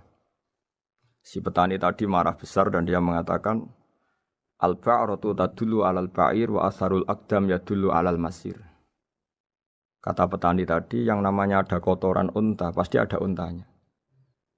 Yang namanya ada jejak kaki, pasti ada yang barusan lewat. Artinya kalau ada makhluk, pasti ada pencipta. Ini logika awam yang mudah. Kita tidak mungkin mengatakan bumi ini pencipta, mengatakan matahari pencipta. Kelihatan sekali kebendaannya, kelihatan sekali bahwa bumi matahari tidak punya ikhtiar, tidak punya kekuatan. Kelihatan sekali sifat-sifat kemakhlukannya. Jika benda-benda ini karuan makhluk, pasti menunjukkan bahwa ada penciptanya, ada khalik. Dalam logika Bedui tadi, si Bedui tadi, kalau ada kotoran sapi, pasti ada sapinya. Meskipun sapinya sudah sekarang nggak terlihat, mungkin sudah jalan kemana. Sama, kalau ada jejak kaki, meskipun orang yang tadi lewat sudah kita nggak tahu, tapi kita pasti tahu, pasti ada yang lewat.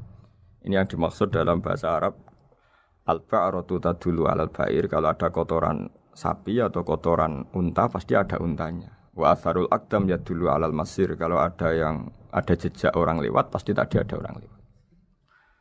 Nah, semua metode ini digunakan semua oleh Rasulullah. Logika yang bagi intelektual, logika bagi kaum awam, logika bagi kaum menengah.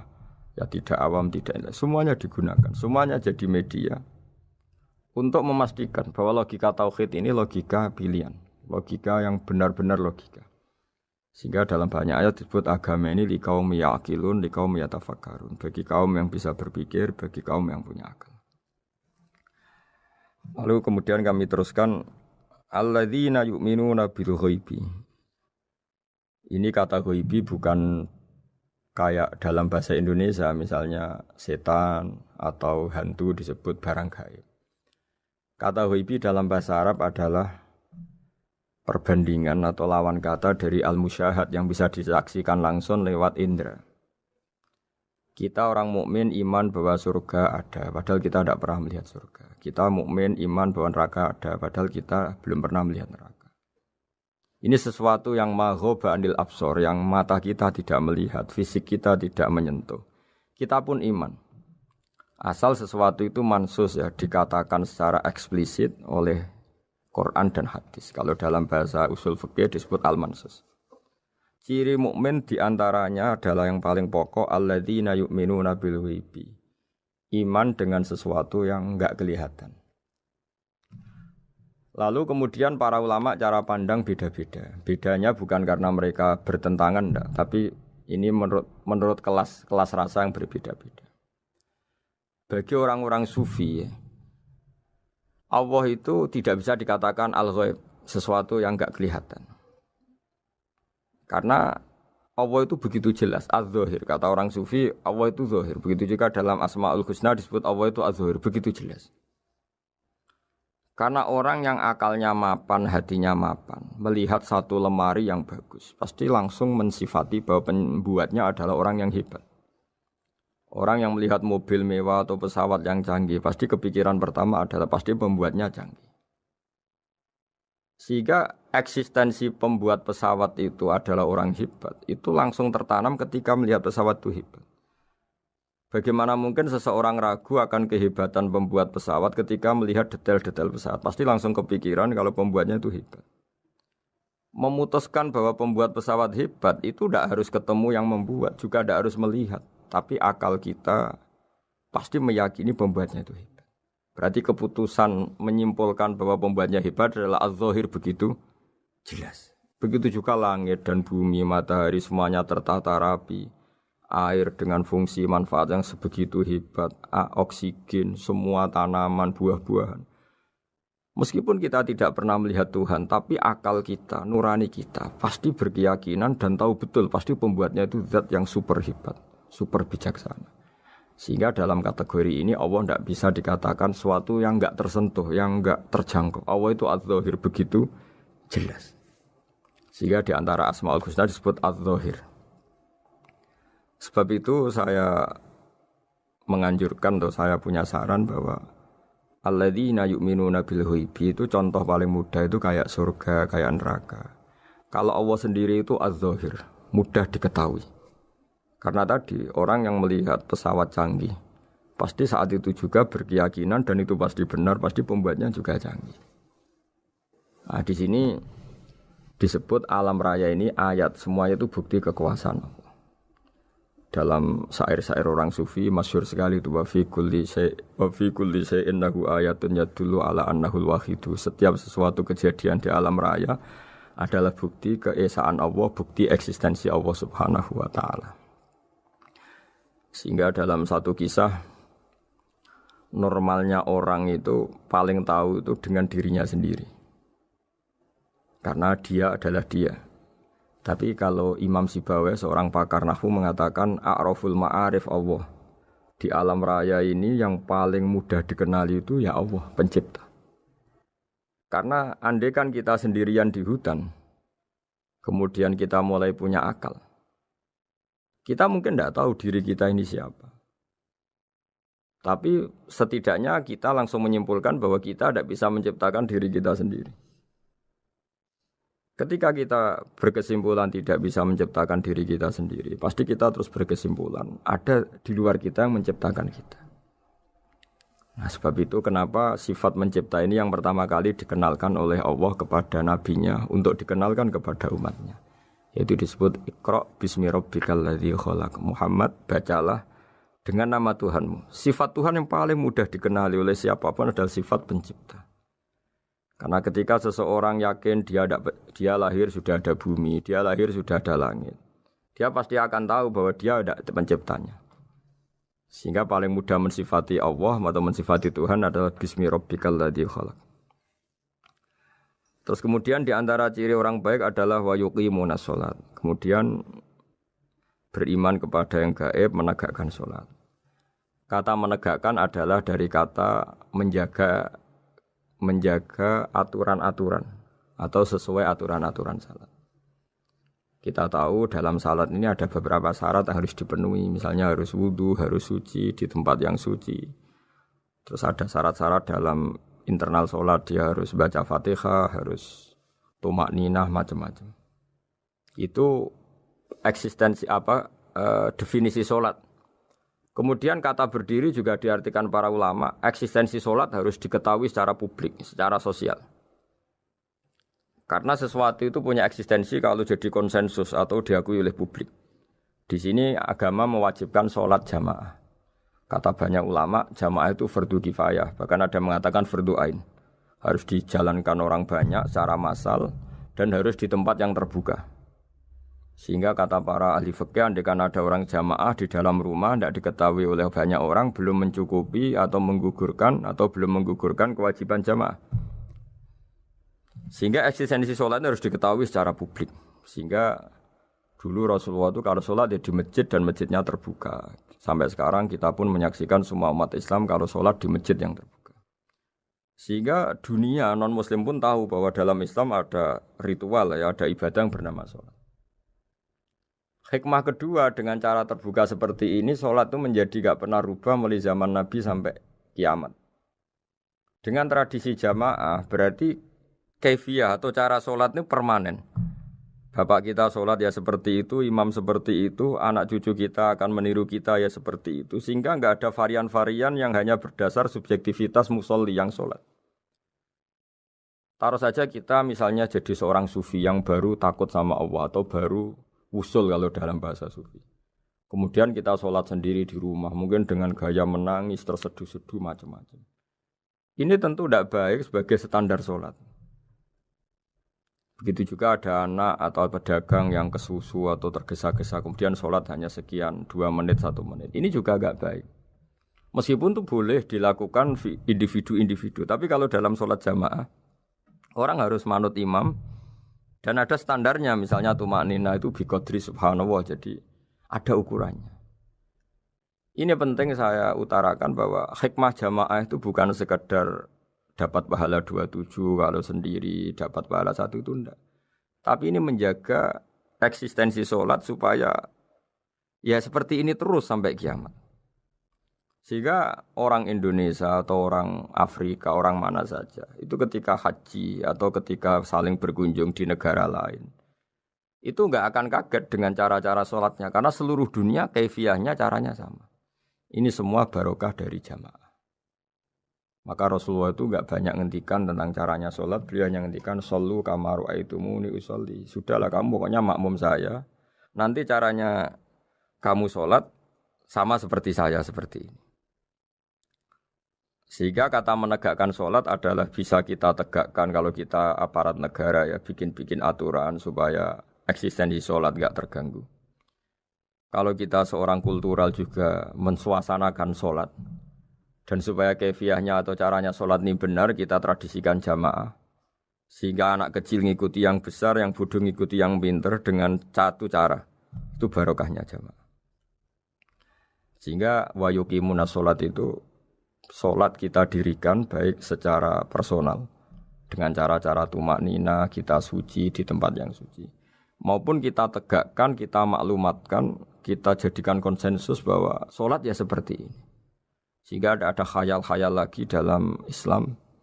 Misalnya nyuwun sewu ada aliran yang mengatakan Ya kalau Tuhan itu kan enggak bebas arah, bebas tempat. Terus dulu pernah ada orang sesat sholat sampai 4 rakaat 4 arah, alasannya Tuhan itu tanpa arah. Enggak akan terjadi seperti itu. Karena ijma'nya umat Islam, konsensus umat Islam akan menolak faham yang seperti itu. Jadi saya mohon sekali, ini pentingnya jamaah. Dengan jamaah maka caranya sholat, cara meyakini madhab kiblat dan sebagainya terjaga ila yaumil qiyamah sampai hari kiamat. Terus sifatnya orang mukmin lagi wa mimma razaqnahum yunfikun, dan menafkahkan sebagian rezeki yang kami berikan.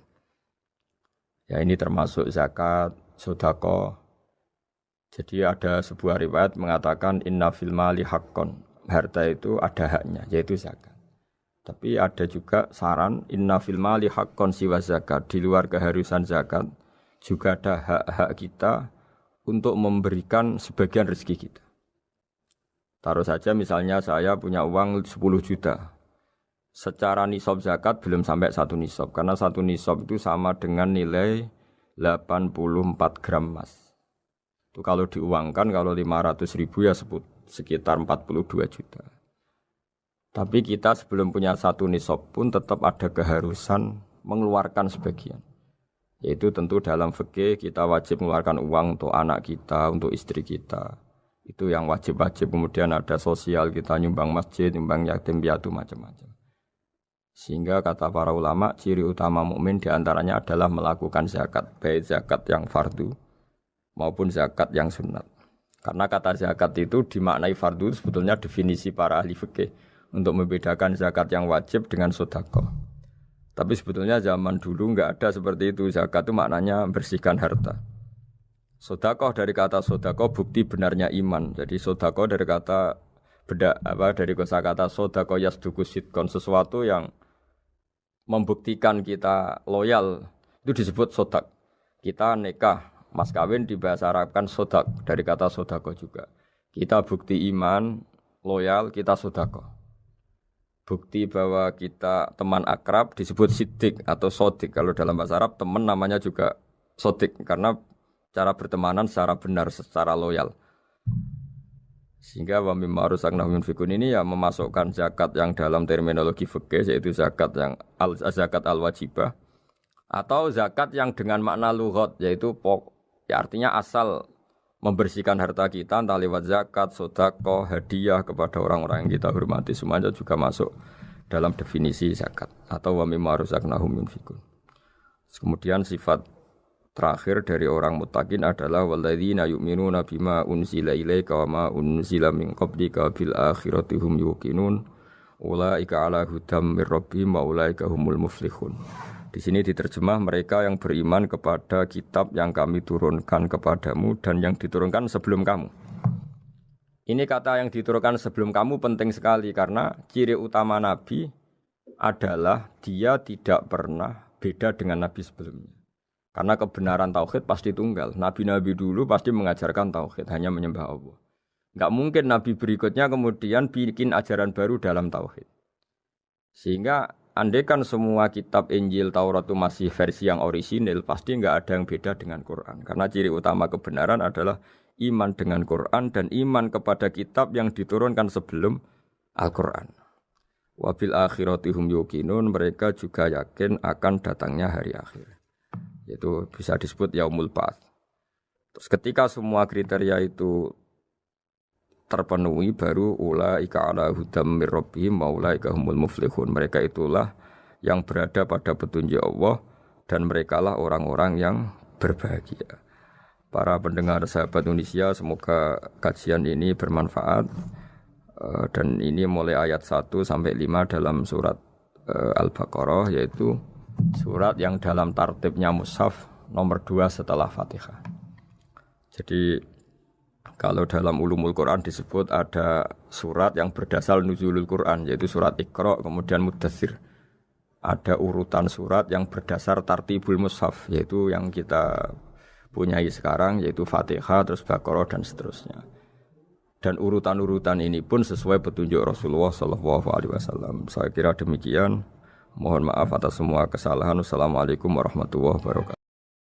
Nah, ini cobalah jadi etika kita, muhasabah kita. Jadi muhasabah itu cara berpikir kita set, kita pikir ulang. Ternyata semangatnya seorang nabi itu wastaghfir lidzambika walil mu'minun. Semangatnya itu memintakan ampun. Orang ahli tafsir tahu semua kalau nabi itu tidak mungkin dosa. Jadi itu khitabun nabi wa urida bihi ummatu, itu khitab nabi, tapi yang dimaksud itu umatnya, karena nabi tidak akan mengalami dzambun, tidak akan mengalami dosa. Sekarang enggak, kadang-kadang kita ini kalau orang lain salah itu semangat. Kalau di perusahaan ada teman salah, apalagi pimpinan salah itu seneng. Barokahnya salah bisa ganti kan gitu. Mungkin di dunia tokoh juga gitu, barokahnya ada tokoh salah, kita yang jadi populer sendiri. Tidak boleh seperti itu. Kita harus salimus sodri di jami'il muslimin. Jadi ini harus dilatih. Saya tadi matur sama Habib Ahmad, latihan kita jadi hidup. Nabi itu kalau resep jadi wali itu kata Nabi gampang. Kata Nabi, kalau kamu ingin disenangin Allah, ya sudah. Kalau kamu asbahta, amseta gini-gini, perasaan kamu, kata Nabi, jangan punya perasaan ghil sama orang muslimin. Itu sudah wadzalika min sunnati. Makanya Nabi ngendikan la yablughni ahadun an ahadin syai'an. Ada yang baca la yuballighni ahadun an ahadin syai'an. Seseorang jangan melaporkan ke saya tentang salahnya yang lain. Fa inni akhruju ilaikum wa ana salimus sadri. Karena saya ingin ketemu sampean semua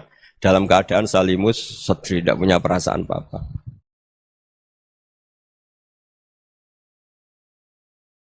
Dalam konteks Indonesia, muhasabah itu sudah jadi perilaku ya. Karena dulu orang tua saya, guru-guru saya kalau ngandani itu, bayangkan kalau kamu jadi dia. Jadi misalnya kita mentang-mentang atasan, otoriter sama bawahan. Bayangkan kalau kamu jadi yang bawahan itu kayak apa? Laukun tamakanah, kalau orang Arab bilang, bayangkan kalau kamu di posisi dia. Makanya guyonannya orang-orang Indonesia itu kan orang ngaramkan judi gitu, bareng dikasih tahu. Tapi yang menang anak jenengan, alhamdulillah. Ternyata ngaramkan itu karena ada anaknya. Kalau anaknya yang menang ya seneng. Meskipun itu guyonan, tapi saya punya padanan itu dalam kitab Hikam. Nabi Ibrahim itu Khalilur Rahman, tentu bencinya minta ampun sama yang namanya maksiat. Suatu saat beliau diterbangkan di alam malakut. Itu kalau di Hikam saya halaman 15 juga. Saya masih ingat betul. Mungkin kalau Anda beda halaman karena beda cetakan. Atau enggak punya kitabnya. Atau punya tapi tidak bisa baca. Nah itu jadi berbagai kemungkinan. Atau punya tidak bisa baca tapi dianggap jimat. Atau digo pencitraan. Banyak itu kaji-kaji tidak bisa baca kitab tapi di ruang tamunya kitabnya besar-besar. Pencitraan itu. Tapi ya bagus lah, nggak apa-apa untuk syiar. Setelah diterbangkan di alam malakut, diperlihatkan sama Allah. Ada orang pezina, ada orang syaribul khomri, ada orang mabuk, ada orang macam-macam. Allah tanya sama Nabi Ibrahim, bagaimana pendapat kamu Ibrahim tentang mereka yang maksiat? Kata Nabi Ibrahim, ya Allah habisi saja mereka. Mereka hidup di bumi engkau, makan rezeki engkau, kemudian mereka tidak taat sama engkau. Singkat cerita di fase itu, saya ulang lagi di fase itu, Allah nurutin. Sampai sekian peristiwa, mungkin 3 atau 4. Sudah, setelah sekian tahun Nabi Ibrahim lupa peristiwa itu, kemudian beliau diminta menyembelih anaknya. Ini versi kitab Hikam. Memang versinya banyak tentang kenapa Nabi Ibrahim disuruh menyembelih anaknya. Ketika mau menyembelih anaknya, Nabi Ibrahim ragu. Huwa samratu fuadi.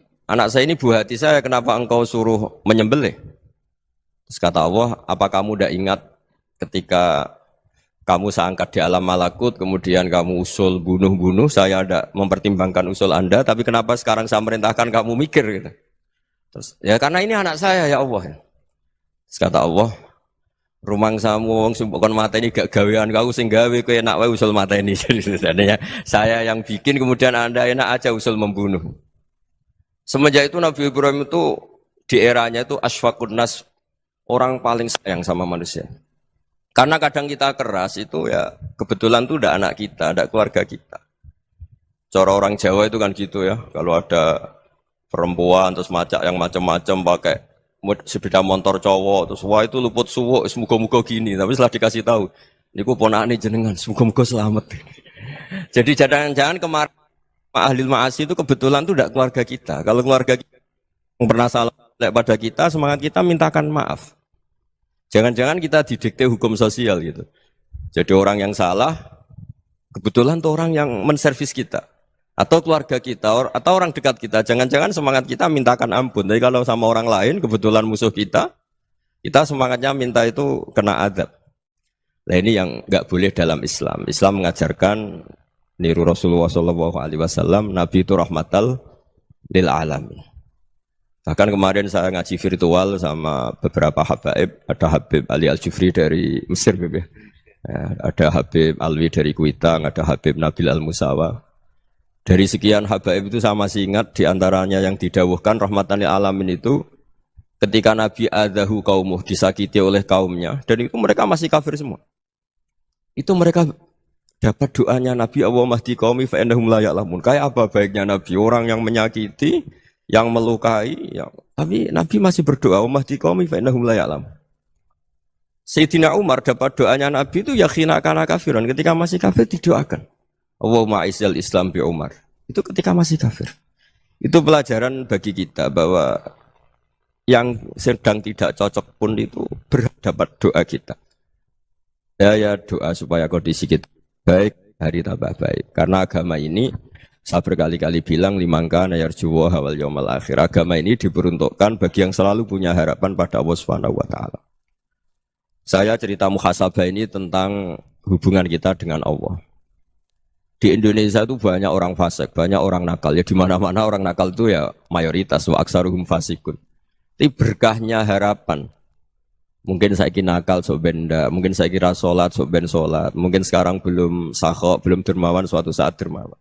Barokahnya itu kefasikan ini dianggap sementara, sedang fasik, sedang tidak benar. Karena kiai-kiai kita, para guru-guru kita, para habaib utamanya itu mesti bilang semoga husnul khotimah. Nah barokahnya doa itu, semoga husnul khotimah itu menjadikan satu pola sosial. Yang sedang fasik ini masih diharapkan jadi lebih baik, jadi lebih. Sehingga kita tidak ngambil sikap ekstrim, yang ingin menghabisi atau ingin mengadili, tidak. Karena selalu kita punya harapan. Dan agama ini limangka nerjuwo hawal yawmal akhir. Bayangkan itu kalau yang nakal itu anak kamu. Pasti kamu nggak ingin kan langsung dapat azab, dapat apa. Padahal kita semua jadi tokoh ini abul kulli, bapak dari semuanya. Sehingga ketika Rasulullah SAW jalan-jalan kemudian melihat perempuan sedang menyalakan api. Kalau apinya mati ditiup, anaknya dijauhkan. Nanti kalau sudah jauh dari api, anaknya digendong lagi. Terus kata Rasulullah, matur ke semua sahabat, Aro'aitum anna hadih tarihatan waladaha alan nar. Apa kamu berpendapat bahwa perempuan ini akan melemparkan anaknya ke neraka? Tidak ya Rasulullah. Tidak akan seorang ibu melemparkan anaknya ke api. Terus kata Rasulullah, Allahu arhamu min hadih biwaladiha. Allah lebih rahman, lebih rahim dibanding orang tua ini kepada anaknya. Ini yang harus kita kenalkan terus, kita kampanyakan terus. Supaya orang hubungannya dengan Allah itu nyaman, asik. Sehingga dengan demikian selalu ada harapan bahwa yang sedang nakal ini suatu saat tobat. Kita tidak boleh menghukumi pasti begini, pasti gini. Itu tidak wilayah kita. Itu juga yang dicontohkan Rasulullah SAW. Secara lahir Nabi itu nggak berkenan sama Wahsy, karena Wahsy itu salahnya salah fatal karena membunuh ahabban nasi ila Rasulillah, yaitu membunuh Said Hamzah. Jadi ketika Wahsy tobat, Nabi itu terima tobatnya. Dan ketika beliau dengan basariyahnya nggak siap ketemu Wahsy karena harus ingat Said Hamzah, basariyahnya diturutin. Oke, kamu iman saya turutin, tapi jangan sering ketemu saya. Karena kalau ketemu kamu, saya masih ingat sama paman saya Said Hamzah. Kita bisa ngelola seperti itu. Kita tidak cocok sama orang, bagaimanapun mereka umat Rasulullah SAW, kita tetap mencintai mereka. Misalnya kalau beda agama, mereka sama-sama orang Indonesia, kita mencintai mereka atas nama warga Indonesia. Tapi kalau misalnya potongannya ura cocok, beda kultur, bawaannya itu mangkel no coro Jawa, ya bisa diilmoni, jangan ketemu. Wong sudah tidak cocok, ini ketemu nyari solusi. Roh ini tok seneng itu kan ya repot itu. Ya sudah kalau nggak pati cocok ya jangan sering ketemu. Dan itu kita bisa memanage seperti itu tuh bisa. Saya berkali-kali cerita tentang Imam Syafi'i. Kalau dikasih tahu ya Imam Aba Abdillah, panggilannya Imam Syafi'i, tetangga Anda ini ternyata banyak yang nggak senang Anda. Jawabnya beliau senang. Ya bagus kalau nggak senang saya, Anda utang saya katanya. Jadi gara-gara saman seneng aku ngatur aku ini kan. Dan mungkin saman rasa seneng kan ya enak. Jadi hidup itu dianggap happy. Kalau seneng ya teman silaturahim, kalau nggak seneng ya nggak bakal utang gitu. Baru kayak seneng itu nggak ganggu. Gitu. Jadi dulu itu orang bisa ngelola seneng tidak seneng itu bisa. Karena ada kearifan hubungan dengan Allah Subhanahu wa ta'ala. Hidupnya selesai karena masyghul bi dzikrillah, mereka sibuk dengan Allah. Makanya kata ulama-ulama tasawuf, kamu jangan melihat manusia perilakunya, tapi kamu juga harus ingat yang gerakkan semua itu Allah Subhanahu wa ta'ala. Dengan demikian kita farah, kita senang. Makanya Nabi kalau ngutus Anas bin Malik kemudian enggak kesampaian yang diinginkan karena Anas main, ketika garwa-garwane Nabi agak tersinggung, Nabi andaikan Allah menghendaki yang saya inginkan kesampaian, pasti itu kesampaian. Jadi dianggap kegagalan Anas enggak manggil yang dituju Nabi itu ya kersane Allah, ya enteng saja. Sayyidina Ali lebih parah lagi yang dialamin. Itu dalam beliau kalau dipanggil itu enggak cepat-cepat ke sana. Ketika ditanya, "Kenapa kamu tak panggil enggak cepat ke saya?" "Amin tu ukubatak." Karena aku tahu engkau orang baik. Orang baik itu pemaaf. Jadi makanya orang-orang soleh dulu itu bodoni itu. Makanya sekarang kalau ada orang bodoni itu mesti bidik orang soleh. Kalau orang-orang soleh itu kakean husnudzon lagi sering dibodonin. Abdul bin Umar itu masyhur itu. Kalau ada budaknya sering sholat, sergap sholat itu dimerdekakan. Akhirnya enggak sholat pun pura-pura sholat. Akhirnya juga dimerdekakan.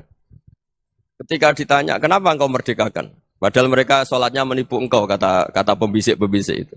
Man khoda'ana lillah in khoda'na lah. Dia nipu atas nama Allah, berarti saat tertipu juga atas nama Allah. Enggak masalah dong, semuanya demi Allah Subhanahu wa ta'ala. Jadi ketika kita ketemu mensifati Allah Ta'ala itu ghafir. Allah pemaaf.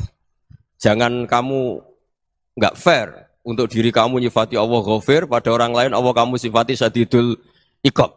Jadi Allah kamu atur, kayak MC tadi ngatur saya. Jadi Allah itu apa? Kalau pada saya ghafir, kalau pada musuh saya syadidul iqab. Itu enggak fair. Kalau Anda punya harapan kepada Allah karena Allah Rahman Rahim, Allah ghafir, sebenarnya Allah pada musuh kita ya bisa saja Allah ghafir, bisa saja Allah Rahman Rahim. Sehingga kita melihat orang lain yang kita tidak cocok itu ya enteng saja. Itu min ummati Rasulillah sing tanaluhu syafa'atuh, tanaluhu sa'atu rahmati, tanaluhu fair. Jangan dengan kita kayak mesti dapat rahmat, jangan orang lain kayak Allah pasti syadidul iqab. Itu tidak boleh. Sehingga ketika ada orang Badui, singkat cerita orang Badui ini kencing di masjid, semua sahabat membentak dia. Yang enggak bentak hanya Nabi tok. Saking mangkelnya orang ini karena semua sahabat bentak kecuali Nabi. Setelah dibenarin Nabi, terus Nabi nyuruh sobu ali dhanuban min ma'in. Setelah disucikan masjid itu, dia berdoa keras sekali. Allahumma arhamni wa Muhammadan wa la tarham ma'ana ahadan. Ya Allah, yang berhak dapat rahmatmu hanya saya dan Nabi Muhammad, yang lainnya jangan. Karena yang lainnya tuh jengkelin, gitu aja saya salah dimarah-marahin gitu. Jadi kalau kamu doa terbatas ya kayak orang Bedui ini, kayak orang Arabi. Apa kata Nabi? Laqad tahajjarta wasi'an. Allah yang rahmatnya luas menjadi kamu sempitkan. Karena kamu mau atur Allah hanya rahman pada Indonesian Power, pada NU, pada kita, yang orang lain nggak perlu dapat. Itu kan kasihan Islam, karena Islam terus nggak dimiliki semua orang. Allah nggak dimiliki semua orang, Rasulullah nggak dimiliki semua orang karena di NU, di ormas tertentu, di nggak boleh seperti itu. Nggak boleh takhasyar tawasian, kata Nabi, nggak boleh mempersempit zat yang rahmatnya itu luas. Ini semoga etika ini kita pakai di Indonesia. Yang sedang fase kita harapkan lebih baik. Yang sedang nggak dapat hidayah kita doakan dapat apa? Hidayah. Masyhur kan, makanya tadi saya mohon sama Habib Ali supaya Habib Ahmad supaya tetap mahalul qiyam, tabaruk sama Habib Ali. Di antara doa-doa di Simtud Duror masyhur itu antuqabilal mudhniba minnah bil ghufran wal musi'a bil ihsan. Jadi harapannya para habaib, para orang-orang baik dulu ya, semoga yang dosa itu dimaafkan, yang sedang salah dibuka, bikin lebih baik. Nabi itu tugasnya juga gitu. Wastaghfir li dzambika walil mu'minina wal mu'minat. Nabi itu tugasnya juga memintakan ampun yang sedang salah. Nah ini cobalah jadi etika kita, muhasabah kita. Jadi muhasabah itu cara berpikir kita set, kita pikir ulang. Ternyata semangatnya seorang nabi itu wastaghfir li dzambika walil mu'minun. Semangatnya itu memintakan ampun. Orang ahli tafsir tahu semua kalau Nabi itu tidak mungkin dosa. Jadi itu khitabun nabi wa urida bihi ummatu, itu khitab Nabi, tapi yang dimaksud itu umatnya, karena Nabi tidak akan mengalami dzambun, tidak akan mengalami dosa. Sekarang enggak, kadang-kadang kita ini kalau orang lain salah itu semangat. Kalau di perusahaan ada teman salah, apalagi pimpinan salah itu seneng. Barokahnya salah bisa ganti kan gitu.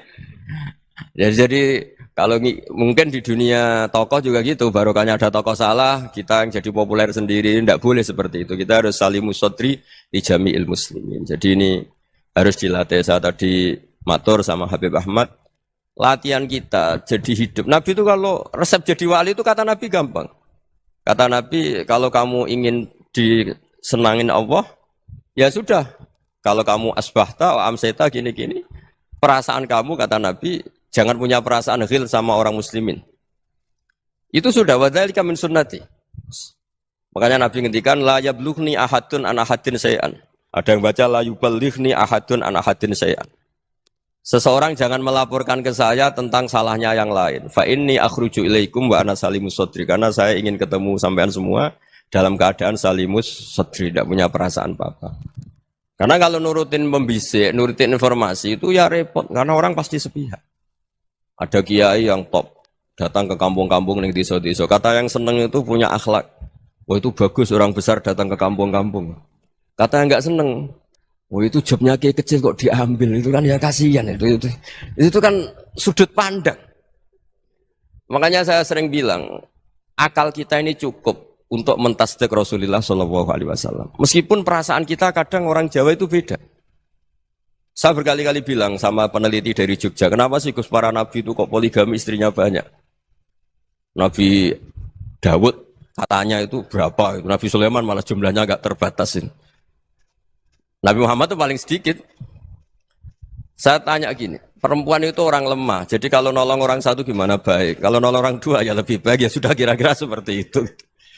Paling tidak akal kita masih tahu, kalau orang baik, itu kan mesti baik. Nolong orang satu baik, nolong orang dua ya lebih baik, nolong orang tiga lebih baik. Tapi kalau kamu orang nggak baik, satu saja kamu terlantarin, kamu miskinkan, kamu... Ya tinggal diukur kan, kalau orang baik, nambah baik. Tapi kalau orang buruk, tambah buruk. Nah itu akal. Akal kita bisa menganalisis kenapa sih nikah itu ada yang poligami, ada yang enggak. Ya sudah, ukur saja diri kamu. Misalnya kayak saya elek keriting, rabi terus. Memperbanyak wong elek. Orang perilaku netok, raine dadi elek kabeh gitu. Tapi nak kowe ku ganteng, alim, ganteng, sugih. Anake ganteng-ganteng, berhubung kowe saleh ahli swarga kabeh. Mertua yo bangga karena karir kamu meyakinkan. Ini mertua kamu aja enggak bangga mau nambah. Ipar gak bangga, mertua gak bangga, desa kamu yang kamu wayai juga gak. Beda dengan Nabi ketika nikah Juwairiyah itu gak ada pernikahan sebarokah Nabi dengan Juwairiyah itu asharu Rasulillah. Di situ habis perang banyak tawanan gara-gara jadi besanya Nabi langsung dibebaskan semua karena asharu Rasulillah. Sekarang besanya Kanjeng Nabi. Dulu Abu Sufyan mangkalnya bukan main sama Nabi. Gara-gara putrinya dinikah terus langsung jadi. Kalau kamu kan enggak, nikah satu, nikah lagi, satu kampung musuh kamu.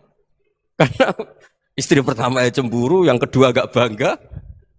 Wah itu selesai itu. Dunia wal akhirah. Maksud saya, nganalisis Islam itu harus pakai akal. Dan akal yang dipakai, ini saya bawa ke kitab Ihya, adalah pikiran-pikiran para ulama. Makanya ketika Imam Ghazali ketika ditanya, fakaifa bi muslimin fasikin asawaha fi jami'i amri. Kalau kalian ketemu orang fasik, orang Islam tapi fasik, perilakunya enggak ada yang benar. Kata Imam Ghazali jawabnya lucu, aneh. Ma min muslimin illa wa islamuhu ta'ah. Tidak ada orang Islam kecuali dia mau Islam, membenarkan Allah dan Rasul itu sudah taatnya dia. Kok kamu tidak bisa melihat taatnya dia? Dia pikirannya kan ini pemabuk, ini tukang apa. Tapi kata Imam Ghazali, sebenarnya kamu masih bisa berpikir positif. Ma min muslimin illa wa islamuhu ta'ah. Tidak ada seseorang Islam ketika dia milih Islam itu pasti ada taatnya, yaitu tasdik pada Allah dan tasdik kepada Rasulullah Shallallahu Alaihi Wasallam. Jadi dengan pola seperti itu, maka di antara guru-guru kita yang modern ya di era Mbah Maimun, di sini ada Habib Ahmad, Habib Salim, syair yang sering dibaca beliau adalah ada orang munajat sama Allah, ini cerita munajat. Itu orang itu ngendikan gini, ana mutnibun, ana mukhtiun, ana asi, huwa rahimun, huwa ghafirun, huwa afi. Ya Allah, saya mukhti, saya orang yang salah. Ana mutnib, saya orang yang dosa. Ana asin, saya sering maksiat. Tapi engkau ya Allah, engkau ghafir, pemaaf. Engkau rahim, maha pengasih. Engkau afin, yang mudah memaafkan. Terus kata orang ini, ya agak kurang ajar, tapi saking senengnya sama Allah. Qobal tuhunna salasatan bisalasati. Ya gini saja ya Allah, sifat engkau diadu dengan sifat saya. Engkau Tuhan, Gusti, enggak boleh kalah katanya. Terus wasatahliban ausofu ausofi, dan engkau pasti pemenangnya gitu. Jadi ada orang rayu Allah dengan cara seperti itu ya ada ya. Saya ini manusia, salah saya banyak. Engkau ampunannya banyak. Engkau Tuhan loh Gusti, enggak boleh ampunan Anda, ampunan engkau kalah dengan salah saya. Enggak boleh Tuhan kok kalah. Nah, jadi untuk supaya orang punya harapan gitu.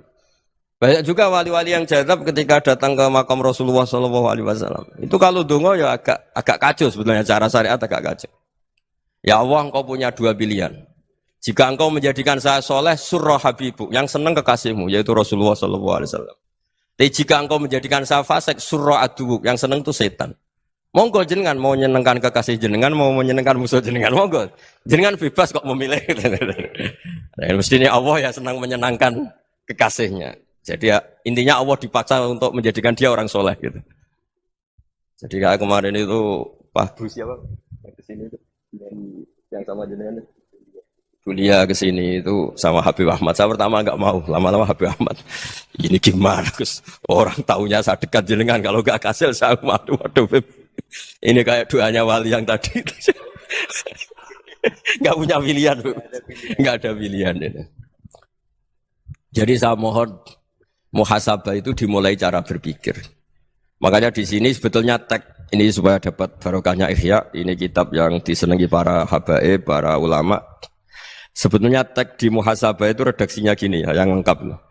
Hasibu anfusakum qabla an tuhasabu wa zinuha qabla an tuzanu wa tahayya'u lil ardil akbar. Jadi ada kata wazinu, jadi ukur.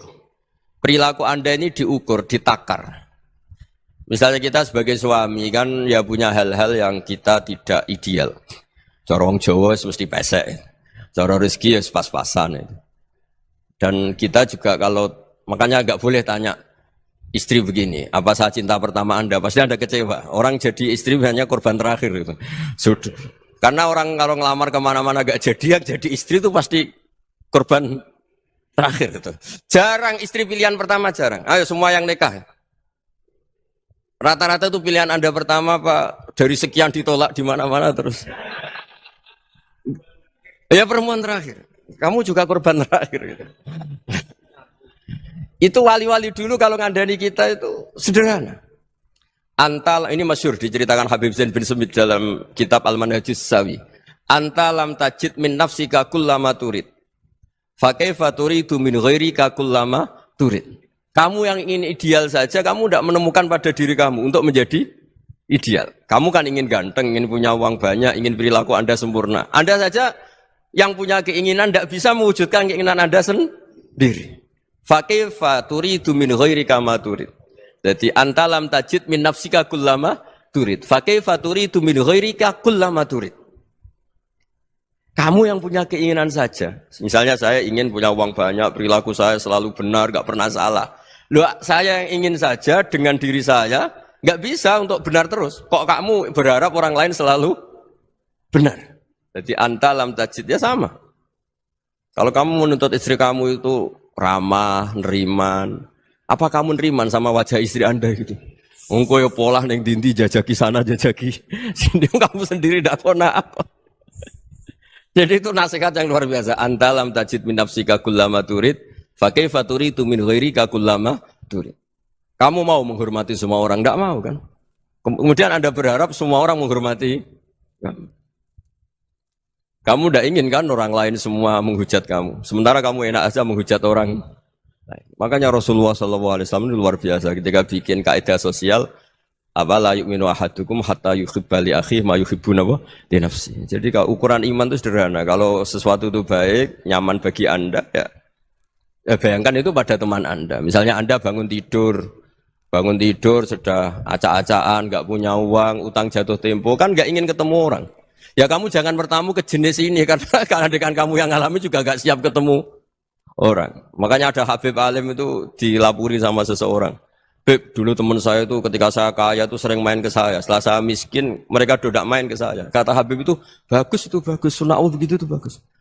Coba kalau kamu dulu kaya, teman kamu main kan kamu gaya. Di rumah ada makanan, bisa hormat tamu. Setelah kamu miskin jadi buruh manol di pasar atau buruh bikin boto, teman kamu datang, malu enggak kamu? Mendingan gak datang gitu. Akhirnya baru, oh ya alhamdulillah kalau gitu. Loh iya kan dulu teman kita datang, kita ada Alphard, istri cantik, rumah bagus. Lah kita miskin, buruhnya orang pas dibentak-bentak, teman kamu udah datang. Milih datang kamu enggak kalau setelah kamu jatuh? Enggak kan? Jadi barokahnya ilmu itu terus. Ya, tapi kadang-kadang orang tuh, wah setelah saya miskin teman-teman enggak kasih ke sini. Ya kalau kamu sudah jatuh teman-teman kamu di situ jadi tontonan. Ya mulai sekarang cara berpikir itu dirubah. Dulu yang namanya kiai itu kalau diundang orang itu ya agak-agak senang. Semenjak saya itu agak rubah. Mengundang kiai, ngatur kiai itu tak haram-haramkan ya ada lumayan lah sekarang itu sudah mulai agak beretika. Dulu tuh ngundang tuh tanggalnya ditentukan, jamnya ditentukan, enggak mikir apa kiai saat itu nganggur enggak. Punya wadifah enggak. Dia milih tanggal yang dia nganggur, enggak mikir masa itu kiainya nganggur apa. Enggak. Ya saya hanya cerita aja, kamu tersinggung ya monggo, boten nggih monggo itu kan. Jadi saya mohonlah supaya tadi saya juga matur ke Habib Ahmad. Jadi untuk orang merasa ikut sunnah Rasul itu gampang sekali kata Sayyid Muhammad. Dulu Nabi berpakaian ala daerahnya. Kalau mikot ya pakai mikotu baladi. Karena Nabi orang Madinah dan beliau berdomisili di Madinah ya misalnya mikotnya dari Bir Ali misalnya. Tapi kalau Anda orang kawasan Tanim mau umrah ya dari Tanim. Misalnya kawasan Jirona ya dari Jirona. Artinya apa? Kamu ngambil mikot karena Nabi mikot misalnya dari Bir Ali. Bukan berarti kamu harus seperti Nabi di Bir Ali, kamu orang Mekah, misalnya kamu orang Tanim, orang dia harus dari mikotu apa? Baladi. Sama, makanya di fikih-fikih itu kalau teknik anak, Nabi orang Arab, halawiyatnya kurma ya kurma. Kalau orang Jawa sedegan, semua podo-podo. Ya, podo-podo manis. Jadi ini tabaruk sama Sayyid Muhammad, ini ada murid beliau, Habib Ahmad, sahabatnya. Supaya orang itu merasa ikut Nabi itu gampang sekali. Ini sahabatnya di halaman tadi, disaksikan Habib Ahmad 433 di kitab apa ini? Manhajus Salaf fi Fahmin Nusus. Itu kata Sayyid Muhammad wa kanat sunnatu Rasulillah annahu yat'amu ma yajiduhu fi ardi wa yalbasu ma yajidu wa yarkabu ma yajidu mimma abahu wa ta'ala. Faman istamala ma yajiduhu fi ardi fa huwa al-muttabi' lis sunnah. Kama annahu hajjal baita min madinati. Faman hajjal baita min madinati nafsi fa huwa al-muttabi' lis sunnah wa illam takun hadhil madinatu tilka. Jadi intinya misalnya Nabi dulu itu ngasih sodakoh kepada fakir miskin ya pakai dinar, dirham. Ya kalau orang misalnya sodakoh pakai rupiah ya sudah ikut sunnah Nabi. Jangan, Nabi pakai dinar loh, kamu kok pakai rupiah. Dulu dinarnya Nabi udah ada tulisannya Bank Indonesia, kamu kok ada tulisannya Bank. Ya tidak ada seperti itu. Ya jadi misalnya Nabi sodakoh pakai tamar atau pakai al-aqid, ya kita pakai beras, pakai apa. Supaya orang tuh bahwa Rasulullah itu milik kafatal linnas, milik semuanya. Sehingga merasa ikut sunnah Nabi itu ya semuanya. Makanya dulu Mbah Mun kalau motivasi saya supaya bombong, kalau orang Jawa bilang bombong. Wong Jawa itu mesti ono wong alim. Beliau menyontohkan mas itu Mbah Fadol, Senori, Mbah Ihsan Jambes. Itu bisa ngarang-ngarang kitab luar biasa. Padahal beliau bukan orang Arab. Imam Sibawai itu orang Persia. Imam Ghazali orang Tos itu juga ikut Persia. Kata Imam Mun, wong sing ora Arab lah mesti untuk jatah alim kata beliau. Karena Nabi itu diutus kafatal linnas. Nah ini kalau orang yang alim itu Arab tok berarti tidak ada perwakilan dari Afrika, dari Asia Tenggara, dari mana-mana. Makanya karena Nabi statusnya itu kafatal linnas. Jadi kita harus bangga sebagai Muslim, sebagai orang Indonesia karena misalnya Wali Kutub dulu terkenalnya hanya ada di Yaman, di mana. Ternyata pernah ada juga di Indonesia dan seperti Habib Abu Bakar Segaf Gresik. Jadi ya artinya kan tetap orang Indonesia meskipun beliau zuriyah Rasul kan ya sudah orang apa? Orang Indonesia. Zuriyahnya Habib Ali Simtuduror sekarang di Solo. Jadi Indonesia juga dapat alawin banyak dari Sadatin al-Alawin juga banyak. Jadi saya mohon barokahnya ngaji seperti ini melihat orang lain tuh gampang. Bayangkan tuh kalau anak kamu. Makanya Nabi nanti kalau nggak percaya lihat di Hikam nomor 15 di kitab saya itu. Di situ dijelaskan oleh Hikam, jangan-jangan semangat Anda pada orang yang maksiat, pada orang yang keliru supaya dihukum itu karena kebetulan itu udah anak Anda, itu udah keluarga Anda. Coba kalau itu keluarga. Makanya kalau saya guyonan di Jogja itu ada pembantu mecahkan piring terus dimarahi majikannya. Saya mesti guyon gitu. Pasti itu pembantunya tidak cantik. Kok bisa, Gus? Andekan cantik dan kamu senang mecahno piring satu, piring 1000 ora iso ngamuk kowe. Ternyata ngamuknya itu karena mecahkan piring apa karena plus tidak cantik? Coba jawab para lelaki ini. Kamu marah sama orang maksiat tuh karena maksiat karena plus itu udah anak Anda. Bayangkan kalau itu anak Anda. Itu hebatnya Rasulullah SAW. Karena kita yang salah pun kadung umatnya, Nabi tetap ngasih fasilitas syafaati li ahlil kabair min ummati. Kayak apa baiknya Nabi? Tidak ikut maksiat tapi ikut fasilitasi ngasih syafaat. Loh kalau li ahlil ibadah kan wajar. Nabi ketika ini syafaati li ahlil kabair min ummati. Ya karena tadi logika yang dibangun Rasulullah itu logika yang luar biasa. Kita semangat orang lain kena hukuman itu karena kita tidak punya ra'fah, tidak punya rahmah. Coba kalau Rasulullah yang bil mukminina raufur rahim, semangatnya itu mendoakan supaya tobat, mendoakan diampuni. Dan itu juga yang diperintahkan oleh Allah Subhanahu wa taala, wastaghfir li dzambika walil mu'minina wal mu'minat.